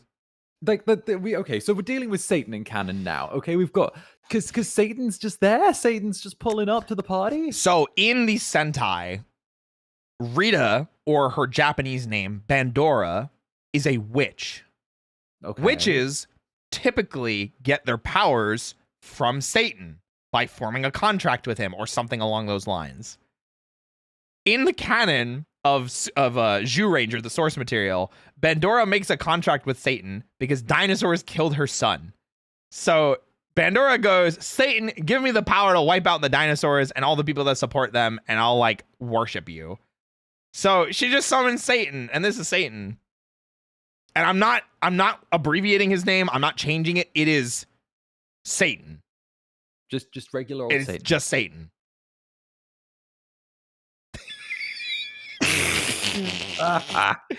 Sure, why not? Listen. He doesn't even get his own. He doesn't even get his own season. He doesn't even get his own proper villain arc. No, he does not. Head that actually kind of freaked me out when I was a kid. It's crazy. He's pretty powerful, and with the help of another monster, they managed to weaken the Rangers and send them to the Island of Illusion. Which just looks like any backyard in California. It's Burbank. Seriously, this island's pretty nice. I'd like to be sent here. The island, though, is pretty terrifying, summoning past monsters to confront That's the Zanny's Rangers, boss. Damn, that's crazy. only then to be shown that they're just illusions. This freaks out Zack, who runs away, but runs into a snake. This freaks him out even more. Same. But no one else can see the snake. Snakes are scary. With Zack's confidence being almost completely obliterated, he slowly starts to dematerialize and disappear. Leading into the Island of Illusion Part 2. The Rangers run into a native little man named Quagmire. He speaks in rhymes, but does give them advice, essentially saying their lack of confidence will cause them to disappear on the island, and the only way to fight is to regain that lost confidence. Where Zack remembers fighting the Dark Warrior and eventually overcoming him.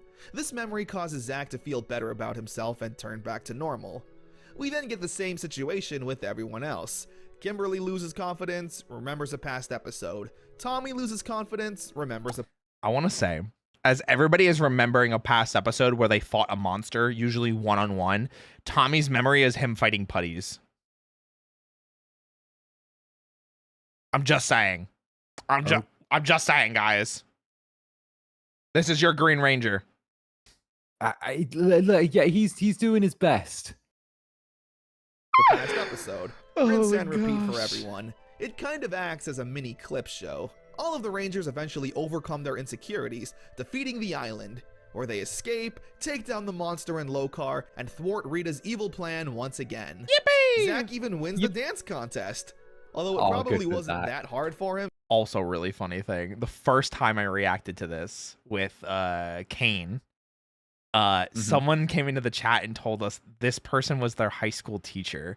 And we Googled the actor and they are actively a teacher. So I was like, oh. It's just so random, dude. The guy in the middle. Since his only competition was apparently You got me. the rock star. The gang's going on a vacation, everyone except for Jason, who's... Remember when I mentioned they don't let children speak in this show and they have to dub them over? Oh, so Did you die? no, I'm alive. I think I'm alive. Oh, there you are.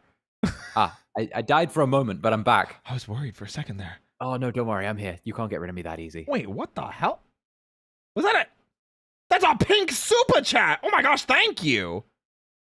His name is, wait, hold on, what is it? Hey Roy, I love your new model. Love seeing you show every VTuber Power Rangers. Yep. Welcome to the indoctrination of every VTuber friend that I have in Power Rangers. And I'm not even kidding, Zanny. Like, I just peeked at the viewership so I could see the color and read the full message. We have similar viewership to yesterday's stream on YouTube.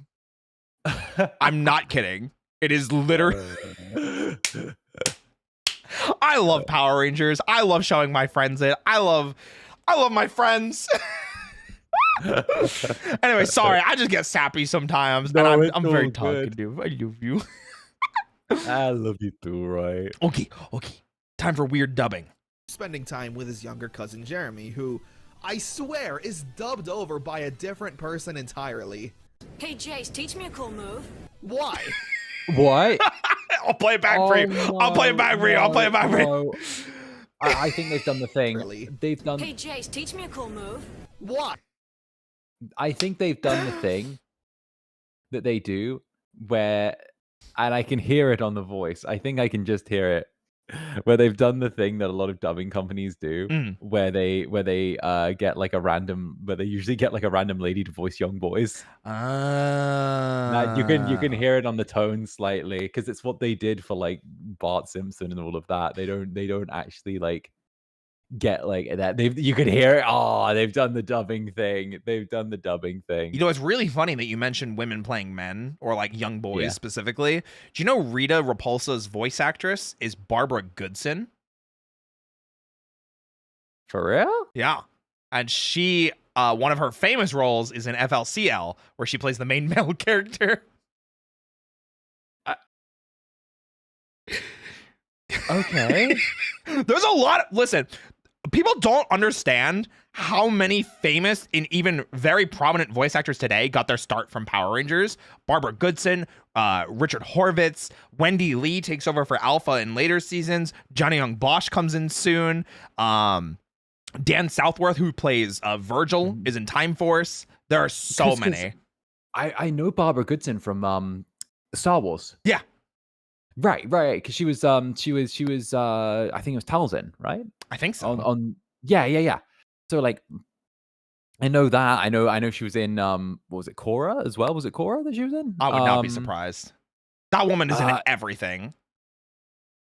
Yeah. No. Like it. Yeah. My days. Okay. They get everyone here. Yeah. Oh, somebody asked who is Richard Horvitz? Alpha. Richard Horvitz is Alpha. Aye. Yeah. Yeah. Anyway, back to Power Rangers and blowing your mind.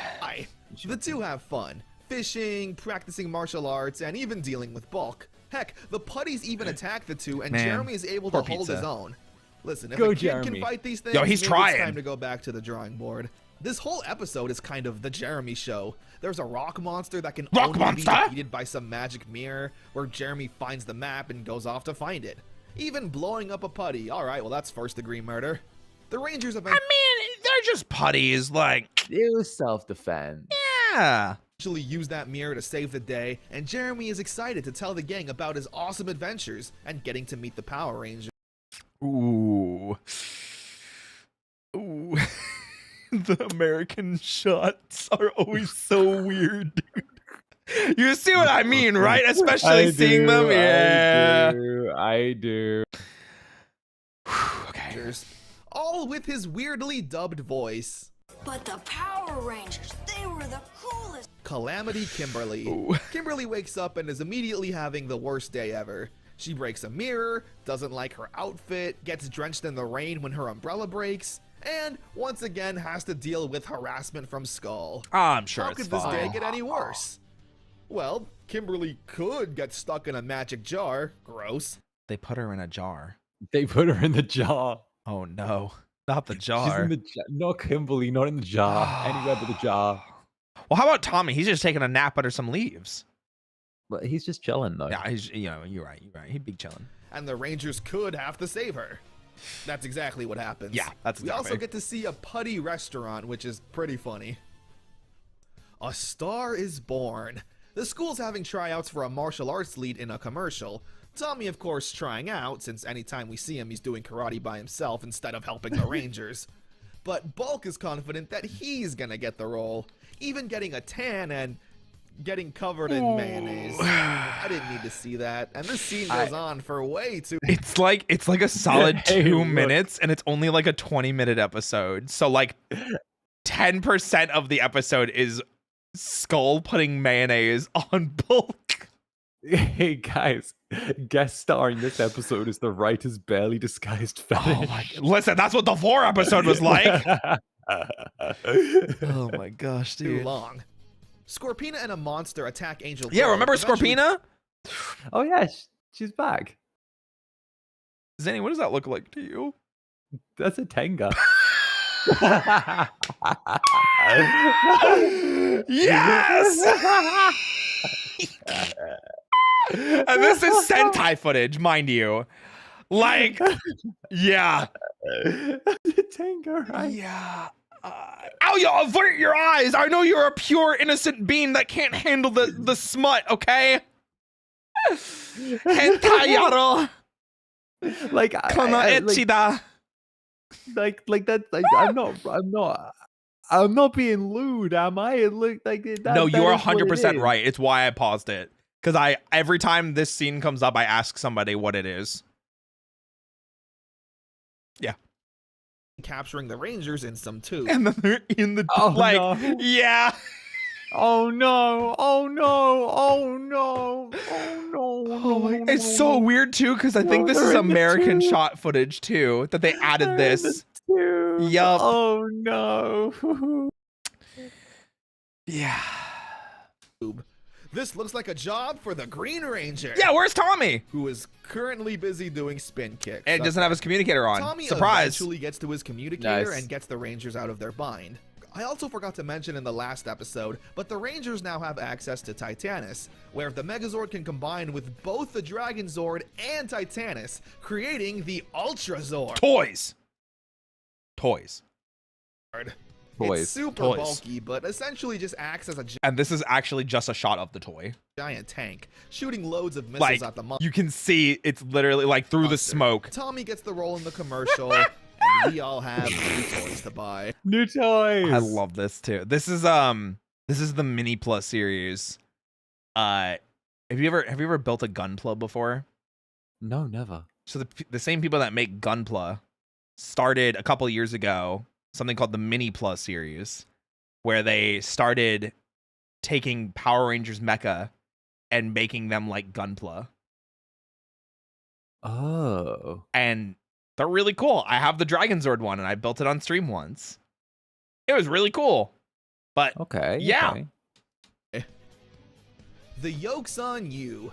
The Youth Center is putting on a talent show where, you guessed it, Talent. Jason and Tommy are going to show off their Nice. martial arts. How about you give someone else a chance? It's all right. You and I'll I'm just sure voice this guy act can them do out of something a. cool. You know, we'll just The win with our voice kind of acting. weird. Squat and Babu eat these eggs that turned out to Exactly. be this Yeah. monster's lunch. However, it's clear from the Sentai footage that these eggs were his children, and he's upset by it. Power Rangers Yeah, it's in the Sentai. It is literally it's their Oh. children, and they eat them. Okay. Yeah. want to do anything that dark, so instead it's just his lunch. But it's a weird fact knowing what the Sentai was doing. Yeah. I mean, look, there's even a scene with the monster crying over his eggs. Like, he wouldn't do that over his lunch. Those were his And children. then Rita comes down and is like, "You know who ate your eggs? It was the Power Rangers. The Power Rangers ate Cool. your eggs." That's what they have a reputation for. The Power Rangers Yeah. eat people's eggs. Yep, absolutely. Tommy eventually escapes. Oh, I have to point this out. Remember when I mentioned Tommy's not like great? So this episode, Yeah. the reason why Tommy's not in the fight is he got kidnapped by putties and put in a net in a tree. So that's why he's all it like takes. swinging down. That's all it takes to stop a Power Ranger. Put him in a net in a tree. Listen, that's your Green Ranger, guys. That's all I'm saying. White Ranger Tommy would never be caught dead in a net like that. Damn straight. White Ranger Tommy had a lot of style going for him, though. I'm just saying. I'm just saying, you know? Tommy eventually escapes after being kidnapped, whoops the putties, and helps the Rangers destroy the monster. Surprise, surprise. Where, yes, they then show off at the talent show and everyone claps. The Green Candle Part 1. This Plot! is another important couple of episodes. Now, you might have noticed that Tommy isn't ever really involved with the main group. He's always Yeah. showing up late or being captured.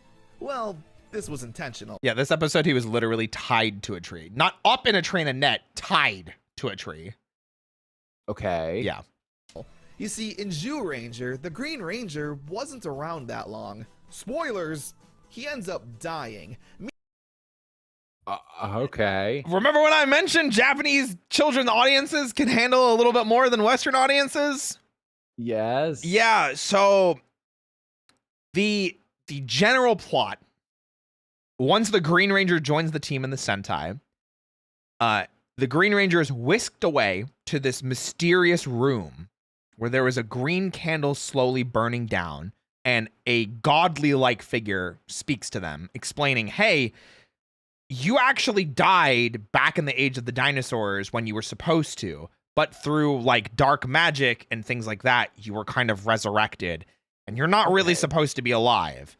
If you ever leave this room, this candle is going to burn down, and that includes morphing and fighting monsters to help."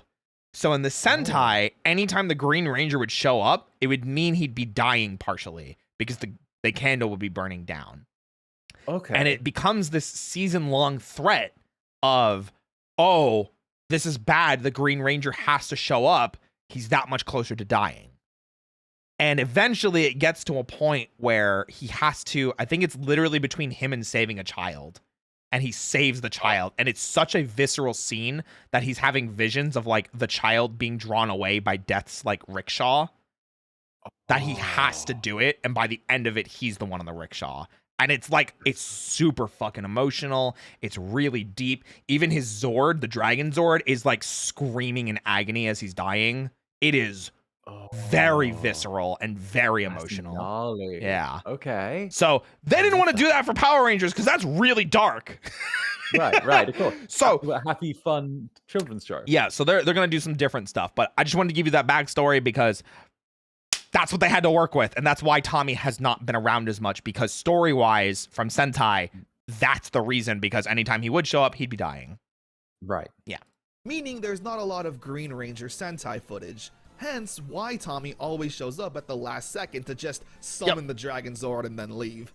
In the Green Candle, Rita creates a green candle that's linked directly to the Dragon Coin and its power. Same idea. Once burned, the Green Ranger's powers are essentially on a timer, because once the candle is completely burned out, the Green Ranger powers will be lost forever. Oh no. There's also a subplot with a dance happening and Tommy wanting to ask out Kimberly. Before he gets the chance, Putty's attack, and we get to see some awesome fight scenes. Seriously, Tommy always delivers fast-paced and exciting fights. So, funny thing about Tommy always delivering fast-paced fights and really exciting stuff. This was reported later. Jason David Frank, this was his first like major acting role. Did not know how to do stunt work. So a lot of the time, the stunt work people would be like, yeah, he just roundhouse kicked me in the face and I need to go to the dentist because 3 of my teeth fell out. And you can see he's making full contact here because the suit is denting in. Oh my days. Yeah. Oh my days. And it is a lot more apparent in some of the later fight scenes. But yeah, just, you know. He does get captured though when sent to the same dark dimension Jason was sent to, where Goldar tells him that if he joins Rita, he'll be able to keep his powers. He naturally rejects this offer and tries to fight Goldar head on, even managing to trick him, escaping the dark dimension, and helps the rest of the Rangers who are currently fighting a monster. They defeat it and return back to the command center, where Zordon informs everyone about the green candle and how it is something to worry about. And the team needs to come up with a plan, and fast. Otherwise, the Green Ranger will be no more. Green Candle Part 2 picks up right where we left off. Zordon says another Ranger needs to go to the Dark Dimension to retrieve the candle. Tommy can't do it because it'll risk the candle to burn out faster. So, Jason volunteers and heads in. Back to the Fog Machine Dimension, where we essentially get round 2 of Jason versus Goldar. He puts up a better fight this time around, although still clearly being overpowered by Goldar. Meanwhile, a monster is sent down to destroy Angel Grove, and with the Megazord needing all of the Rangers to control it, Tommy offers to risk using whatever power is left in the green candle to fight it himself. The monster is incredibly strong, however, and does require all 5 Rangers to help. So, Zack is sent in to retrieve Jason to fight the monster. But in doing so, they'll be leaving the green candle behind. But with the safety of the world taking priority, Jason leaves to join the team. Yep. And with all of their combined powers, destroy the monster and save Angel Grove. Unfortunately, though, that last battle burned up the rest of the candle. I don't really get why they didn't just burn the candle all the way down.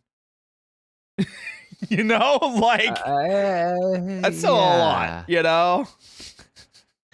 Stripping Tommy of the Green Ranger powers, but not before transferring his shield and dragon dagger to Jason. And yeah, just like that, the Green Ranger is no more.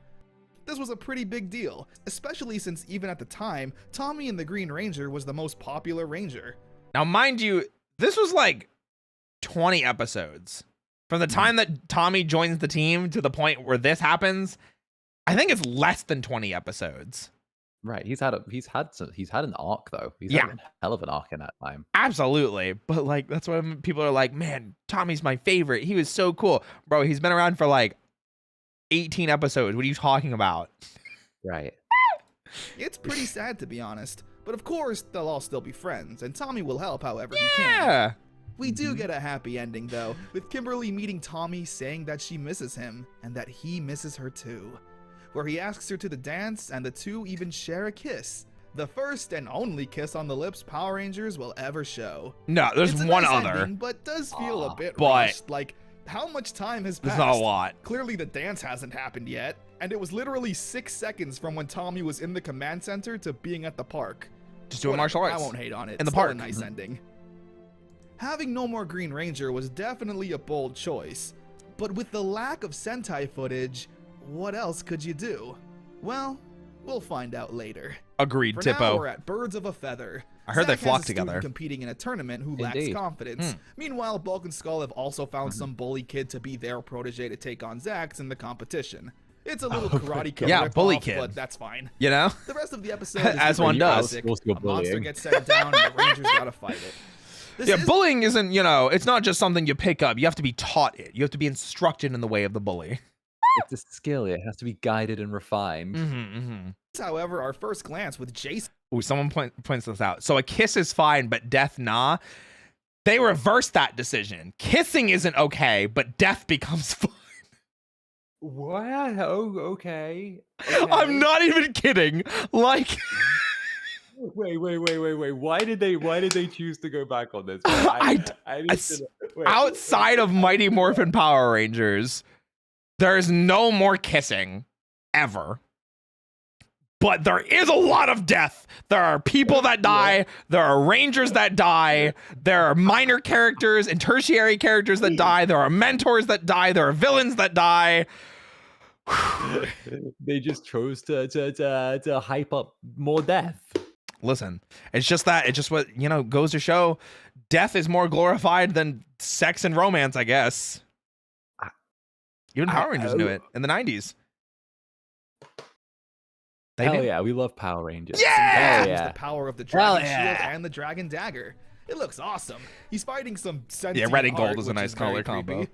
Good episode that ends with Zack's protege winning the Also, competition. fuck you, Rogue. You because- stalked me of course. to Twitch. Who did? Look, Rogue Club Netherbrand's Rogue Sniper stalked me to Twitch. How dare you? Do you want me to take him out? They do it everywhere. They do it everywhere. You want me They to- follow me to everywhere. You want me to take him out? Take them out. Mods! Destabilize their atoms!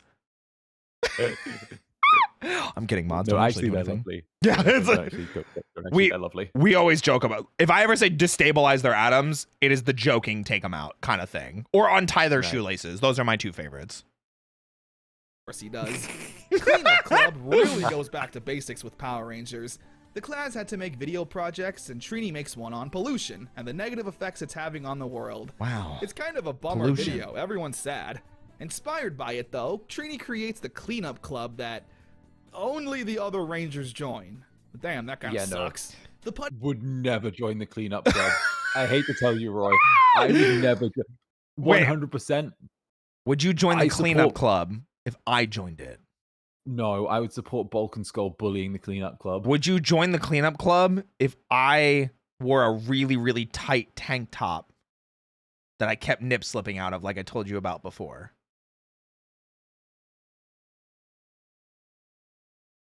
Maybe.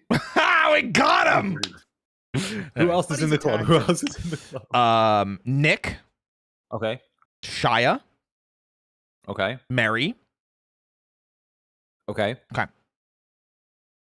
hope that's enough. It works. It works. Okay, It works. okay, good.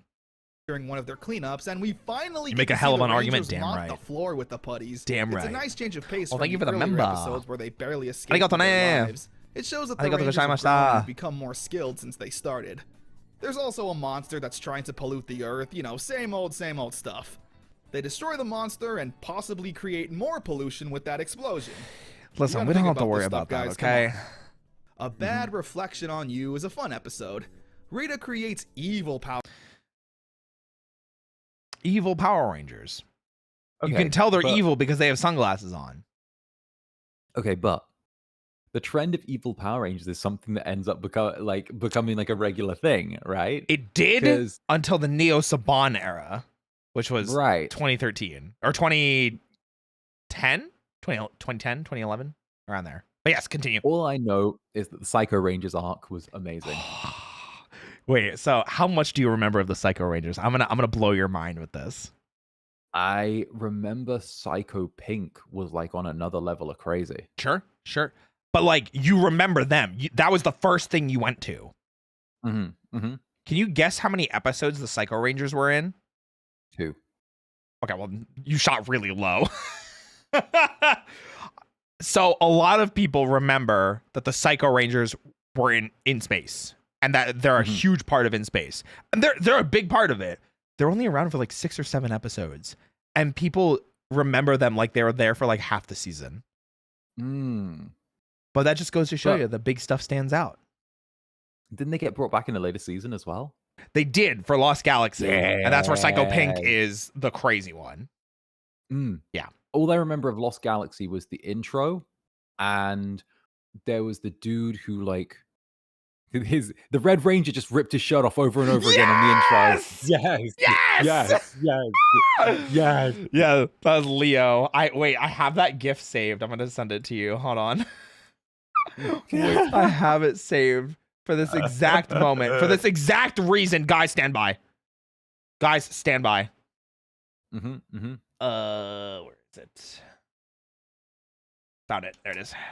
Yep. I had it ready. Yep. Zanny said it. I have the Leo shirt rip GIF ready. But this effect. You see, I remember core parts of this. Yeah. I remember. Yeah. And I think that was like one of the he was ripped. Yeah. He was like ripped in that. Like he was one of the. Oh yeah. Don't get me wrong. All of the Power Rangers actors up until that point had been in good shape, really good shape, right? But like the dude who was like Red in Lost Galaxy had like very clear physique conditioning for that role.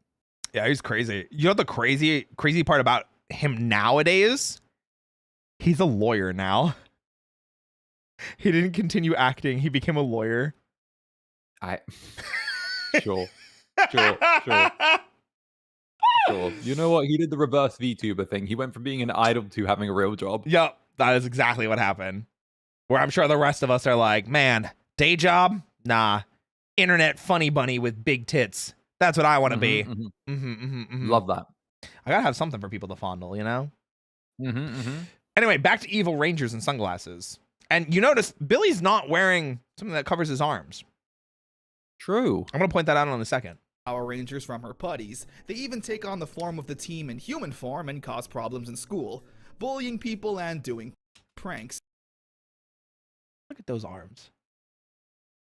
Look at those shoulders. Yeah. Look at the look at the shoulder definition there. Yeah. This is what I mean. They had to hide this. He's not allowed to be ripped because he's the nerd, but he's actually a professional gymnast. Like the shoulder conditioning is actually insane though. Look at that. Listen, you want to see some shoulders? I'll send you some shoulders, okay? I did actually have a workout picture pop off way harder than I thought it would. Hey. It's more popular than my reference sheet picture after my debut. I'm just flexing in a mirror and people are like, wait a minute. I gotta see this. Wait a minute. I got Twitter open. Let me find it. Hold on. I'll send it to you directly. Wait a minute. Yeah, it's sitting out over 1,000 likes right now. There you go. Oh, I also just see art of your butt as well. Oh yeah. Somebody did that like to celebrate the re-debut. I love that. Okay, in case any of you want to see it, one. There you go. That's a gym progress pic from me. I was really feeling it this day. I was really feeling the gym progress. So I felt good. Yeah. I felt good, okay? I felt good about the progress. I am not ashamed to admit it, okay? All right, we continue. There we go. One of which has the arm. Yes, Aoya. Too. And when the real Rangers show up to help, they get detention. Which, of course, the only other kids in there are Bulk and Skull. We get a lot of shenanigans with them that's loads of fun. Bulk packing a massive lunch and a I love this. I don't know. This is like stupid slapstick humor. You see how small the lunchbox is? Right. But then, oh, of course, but then like all the large items All he of gets out this, in the next yeah, shot. the mustard, like a full ass like Thanksgiving ham comes out of it. It's some Looney Tunes level stuff, and it just makes me, it just makes me laugh. I like it. Yeah. And a TV for detention. Oh yeah, and there's a And TV these in it two have too. such good chemistry, and they should totally have their own show. More on that later. We'll talk about that at another time. Them getting their own show, we'll talk about that at a different time. The Rangers need to find a way to sneak out of detention to fight the monster. They do a magic trick after telling Bulk and Skull to close their I'm gonna point this out now because this is just a really good picture. Did you know Zach only has 4 fingers on one of his hands? No? What? I never even noticed that. What? That's why I wanted to point it out. This is one of the better pictures of it that you can clearly see. He's AI generated. He's not AI generated. He's literally missing a finger. It's actually his morphing hand too. So the hand that's sitting on top of his morpher during the morphing sequences, you see it, you know? Oh my gosh. So many people don't realize that he's just missing a finger. But yeah, it's I just didn't realize that. It's just one of those things you wouldn't notice as like a kid. Skull to close their eyes and cover their ears. They teleport. Also, I love this. They get Bulk and Skull blindfolded and to cover their ears so they can morph and leave detention. Look at Jason. Look at literally everybody trying not to laugh. Everybody but Jason is trying not to laugh. And look at Jason. Ready? They teleport and he screams, it's morphin' time. Everybody else is like, we're trying to be incognito here, man. I just love it, dude. Like, it's so, even Billy's like actually laughing. He's just there trying to hold it together. You know they had to redo that take so many times. Oh, absolutely. Absolutely. morph out and have a battle with the evil Rangers. It's a fun fight, but they don't do too much with it. Hopefully we could see some more interesting stuff with evil Rangers in the future. We do.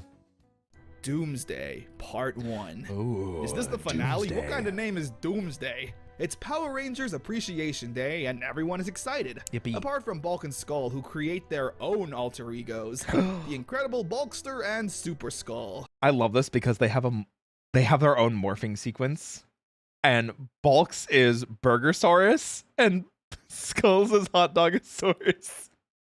I didn't even know this. I don't remember any of this. It's like in a dream sequence. Yeah.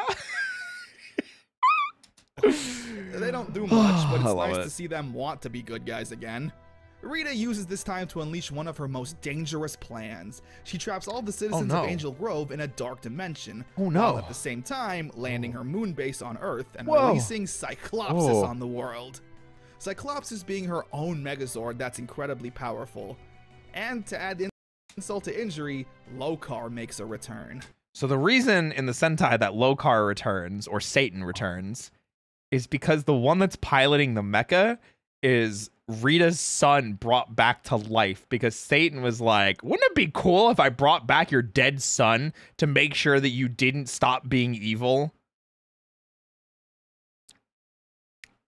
What? Yeah, Sentai, remember? You know, death is too dark for American audiences, but resurrecting a dead child and forcing you to stay subservient to me. Evil. Yeah. Listen, man, Sentai is crazy. People sleep on Sentai and Kamen Rider when it has just as many good plots and storylines as anime does. It's so good. Yeah. With Cyclopsis being a Megazord, Yeah. we jump straight into the Zord fight. Yep. With Cyclopsis absolutely destroying the Rangers with the help of Lokar's magic power. Well, they got Even bodied. summoning the Dragon Zord doesn't help. Cyclopsis is just too strong. So they summon Titanus. I mean, Titanus is Yeah, able to decimate Ultrazord any power! monster that's been in the Rangers ring so Toys! far. So they create the Ultrazord and it's Marketing. not enough. Oh. Rita even managing to not only disassemble the Ultrazord. Not the toy! It's not enough. Rita even managing to Not the toy! No. It's literally the toy! It is. managing to not only disassemble the Ultrazord, but kill Titanus? Yeah, so this is way more visceral in the Sentai, but it's literally like Titanus is screaming in agony as it is sinking into the earth, dying. And Jesus. yeah, it is really scary because it's like an animal or a monster like screaming. Yeah. Drowning him in the earth. What? Look at that face. Look at that desperation. And the Rangers try and grab it with the Megazord like by the throat to like pull him out because they're that desperate, and they get blasted away and just have to watch in agony as he just sinks into nothing. And Yeah, it's a toy, but I can feel its pain. Yeah. Yeah, he's just fucking gone. He's just fucking gone. Look at him. Right, He's kill just. it. Poor Titanus, man. They just kill it. Yeah, he's just fucking dead forever. It's just deaded. Yeah. Draining all available power in the Megazords. The team retreats to figure out their next move, because if they can't stop Cyclopsis, then everyone will be trapped in the dark dimension forever. Part 2. Doomsday Part 2. Zordon managed to actually save the Zords at the last second, even Titanus. But they're unfortunately recharging to regain their power. It'll take 12 hours? That kind of seems like a design flaw. Why does it take 12 hours? Rita should attack during charging hours. The Zords are only at 50%, but with the fate of the world literally resting on this battle, the Rangers decide they have no choice but to bust them out anyway and take on Cyclopsis again. Through pure willpower and determination, I guess, the Rangers eventually do get the upper hand on Cyclopsis, destroying him with the power of the Ultra Zord, sending Rita back to the moon and saving the world. Yay! The Ranger can now properly celebrate Power Rangers Day. That's a win. I never understood this because they literally go, you know, give it everything you got and win through the power of friendship. Right. Yeah. And that's it. Okay, no, I was expecting more of an arc there, but you know, lose, come back, win. It's literally lose, come back at 50% strength, win. Yeah. Yeah. Yeah. Yeah. With these kids picking their favorite Rangers and arguing which one is the best, where a familiar face pops up and tells Here he them that is! they're all great. Yeah, Tommy's back. So, Hey. I made a joke about this before. I will clarify it. Tommy's here, or here's Tommy, is a Twitch emote that was exclusive to a thing that Twitch ran back in like 2015 or 2016, where they showed the entirety of the Power Rangers franchise on Twitch. And if you subscribed to Twitch at the time, you permanently got Power Rangers emotes. I unfortunately did not have the money at the time, so I could not subscribe. One of the emotes is Tommy's face from this episode, just smiling, and it's here's Tommy as the emote. Oh, that's cool. That's really cool. It's why we have a It's Morphin Time like emote on Twitch permanently. Is for that reason. Ah. Yeah. I missed Twitch it. history. And seeing Wow. him greet the Power Rangers in Ranger form is so beautiful. He should be up there with them. After the celebration, the team head back to the command center, where Zordon says that they've all gone above and beyond the call of duty, and if they'd like to return back to their normal lives and relieve themselves of Ranger duty, they're more than welcome to. Of course, the Power Rangers being goody two-shoes, they all decline and choose to stay Power Rangers, to defend the Earth whenever it needs them. Yeah. Hands in the middle, Yeah. shout, Power Rangers! Oh, the end 90s. scene. So, interesting thing here, and I will give you an option. Technically, this was supposed to be the end of season 1. Right. But because the ratings were so good, we got another like 20 episodes or so. So we are definitely in the later half of this. I would say maybe we have an hour and a half left of just season 1. Mm-hmm. And that's not video time. I mean, of how we've been handling it so far. Okay. Do you feel confident that you're able to do that? It's 6 a.m. Listen, that's why I'm asking. We can take a pause there and finish another time, or we can finish season 1. I think we should split it into a part 2, and then we can roll into the end of that and do season 2. Hey, works for me. That's why I wanted to ask. Works for me. All right, we're gonna make this a two-parter. We're gonna make this a two-parter then. You guys heard it here first.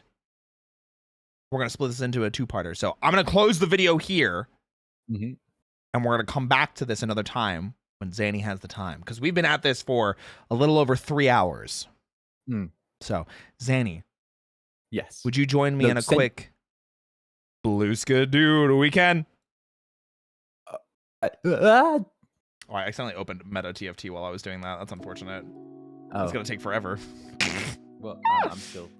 Oh, it's fine. Everything's you know, hey, we're back, yippee! Oh, and we got a raid right as I came. Zanny, come back, come on, come on, Zanny. Wait. Come on. Yeah, I'm coming. Zanny, come I'm on. coming. Zanny, come on. My wing's in your face. Oh, hold on, I got this. There we go. In front of you. I had to get in front of it. Oh, no, there we go. There we go. Yeah. That was close. That was close. Oh wait, you're taller than me. There we go. There's two of us. There's two. There are in fact two of us. Welcome in, Raiders. My name's Royal Beer Bunny, host for today. I specialize in voice acting. I do a bunch of collaborative chaos with my friends like Mr. Xander Netherbrand. Yes. He says that so fast. Hello, everyone. Listen, I'm a bit practiced. I'm good with my mouth. What can I say? It's a talent. A skill. A practiced skill. Welcome, everybody. I hope you're doing amazing. Zanny and I were just finishing up a little bit of our conversation. I am going to refresh my chat box because I think it breaks every time that I come back into the screen unless I refresh it. So let's do that real quick. Zanny and I were just finishing up watching Power Rangers for the night now. We are almost done with season 1 of Mighty Morphin. We're about 40 episodes into it, watching through Connor's, deep dive into the weird world of Mighty Morphin Power Rangers. So we just finished episode 40, Doomsday. So we've got about 20 or so left to finish season 1, and we are planning to do that another time with season 2 as well. That way Zanny can see some of the other stuff that he remembered, which was the power transfer with the 3 new Rangers, like Johnny Young Bosch. Yes. When the unions when they couldn't get pay. When there was a pay dispute. You know what's crazy is it's deeper than that. I'm looking forward to this. It is a pay dispute, but there's more to it than just a pay dispute. Okay. Yeah. Okay. Yeah. It's crazy, huh? There's so much deep lore that so many people just on surface level don't know about. Which is pretty nuts. Okay, I'm invested in this. I've informed you how I'm invested in this. I'm glad that you are, and I'm glad that you're enjoying it because it makes me very happy to know that you're enjoying it. Yeah, hell yeah. Oh my gosh. But yeah, I as you can probably tell, I know way more about Power Rangers than I probably should. And I love bringing in my friends and teaching them about things that they may have experienced during their childhood. You know? Yeah. It's been really fun getting to see all of these new little details about stuff that I didn't think even existed. Just getting to see these absolutely insane little Oh yeah, thank you. And just a new perspective on things that I want to say almost took for granted from my childhood. These shows that just felt so ordinary. They're just a part of life, Yeah, it's crazy to think about the things that we miss, as kids. I was pointing out all this stuff hey, look, they're in Japan again. Even that just stuff. Yeah. Or the reason why the Green Ranger wasn't around as much, or the Zord stuff. There's always more than meets the eye with a lot of these types of shows, and what they had to do to make Power Rangers, especially made these really interesting situations where they had to hope that the audience wouldn't notice, that random giant kid in that one Megazord fight. Right, they had to buy into what was already going on. They had the expected audience buy-in was already so high. Yeah, just to be oh yeah, let's hope they don't notice that the background hasn't changed or has changed from being in the middle of the desert to being in the middle of a carnival. Exactly. The confidence that you have to kind of just put that out there, oh yeah, this is the way I do it. This is the way that the show just is gonna be. So what's hilarious is they didn't have confidence. It was that they had to do it that way because of lack of budget. So Power Rangers first aired on Fox Kids back in '93, and Fox Kids thought it was going to be a failure. So they gave them very little money as a budget. And they still managed to turn out something amazing. So when they got to the end, the episodes that we're on now, Fox Kids was like, whoa, you just took America by the balls and have the highest grossing, highest popularity kid show to ever exist in the history of the life. Give us money. Yeah, keep going. Here's more money. And what they did with that money is really impressive and really shocking. And I think it's going to be something that you're very shocked to hear. So, but I'm gonna keep Well, that as I'm a excited to surprise. do this again. I really want to hop on this again with you soon. I'm so excited that you're enjoying yourself, because that means the world to me, that when I get to bring on these people and my friends especially that really do enjoy the content and really want to know more, it means I get to bring them back and that they want to come back. Yeah. Heck yes, I would love it. Yeah. So, all right. Well, Zanny and everybody else that joined us on either on Twitch or on YouTube, thank you so much for joining us. Zanny, what do you have going on next, and where can people find you? Well, most of you can find me over on YouTube. So I'm at Xander Netherbrand over on YouTube. So what have we got going on right now? So I personally am playing some Sons of the Forest in about 4.5 hours with Rizar Blazing Fang and Lucius Merryweather as well, which is going to be good. I've got my schedule for next week coming out a little bit on the sooner side, but I also have a group collab with the rest of my gen happening tomorrow, and on top of that, I'm probably going to be playing some Tavern Simulator late into the night as well, round about then. So do keep an eye out. And for those who don't know as well, I mostly play kind of story-driven games. I'm very cozy, and I love getting to have that kind of like one-on-one thing going on with anyone who wants to watch. I try and make sure that I'm cozy as heck. And the Netherlands are very welcoming as well. So yeah, that's me. Well, we love that, and I'm so happy to hear that you have a bunch of awesome stuff coming up soon. I hope I didn't keep you up too late, but I'm always happy to steal you away from myself when I can. Yes. No, I would love it. I'm probably going to turn in for the night now and sort of like go catch some sleep before my next little stream, but thank you for having me, Roy. This has been awesome, and of course we will have to arrange to do this again soon. Yeah, really I would soon. love I to. mean that for real. Yeah, we can set it up soon when you've had some sleep, and we can schedule out stuff later. Yes, for sure. Yeah, absolutely. All right, Zanny, I will see you next time. I'm gonna talk to my chat for a few more minutes. All right, you go do your thing. You go do your thing. Yeah.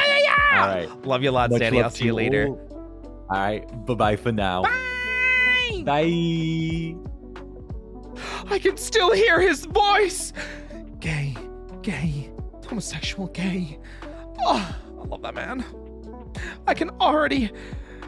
Oh, I miss him so much already. Guys, thanks for joining me for another Power Rangers talk. It was super fun. I love getting to bring in new friends to this weird indoctrination cult of Power Rangers and everything that I get to do with it. Also, hi Juzo, good to see you. Thank you for the kind words. I appreciate it. And to everybody that came over from Alpha's stream, I appreciate you as well. Alpha, if you're still here, big love. Love you lots. And to all of Zanny's Netherlings, thank you guys for being here. Has been a super fun night. Really appreciate all of the support and everything like that.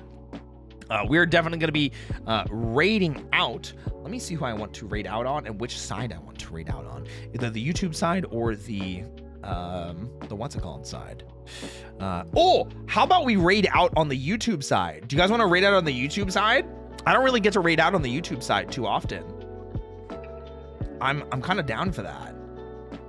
There's a redirect I can do. So I see, Malum, who you probably just heard for a second there, just started their stream. Why don't we raid into Malum, also part of First Stage Production? I'm gonna raid into him. I think that sounds like fun. We don't really get to raid out too much on the YouTube side, so I'm gonna try that out. It's called a live redirect. So thank you guys so much for being here. I really appreciate it. I really appreciate everybody supporting the new model, the new fun stuff that we have planned. I love getting to do this awesome stuff with my friends. So thank you for being here. Thank you for being a part of the Dusk Bunnies. And if you are a Netherling, I love you lots as well. So thank you guys. I will see you on Monday for more fun stuff. We've got a lot of really fun streams planned next week, as well as some collabs that are going to be super fun. So please look forward to it. All right, guys, I will see you next time, and I hope you all have a fantastic rest of your night. Bye-bye. Oh, wait. Before I go, don't tell Malum I did this. This is just for you guys. Bye-bye!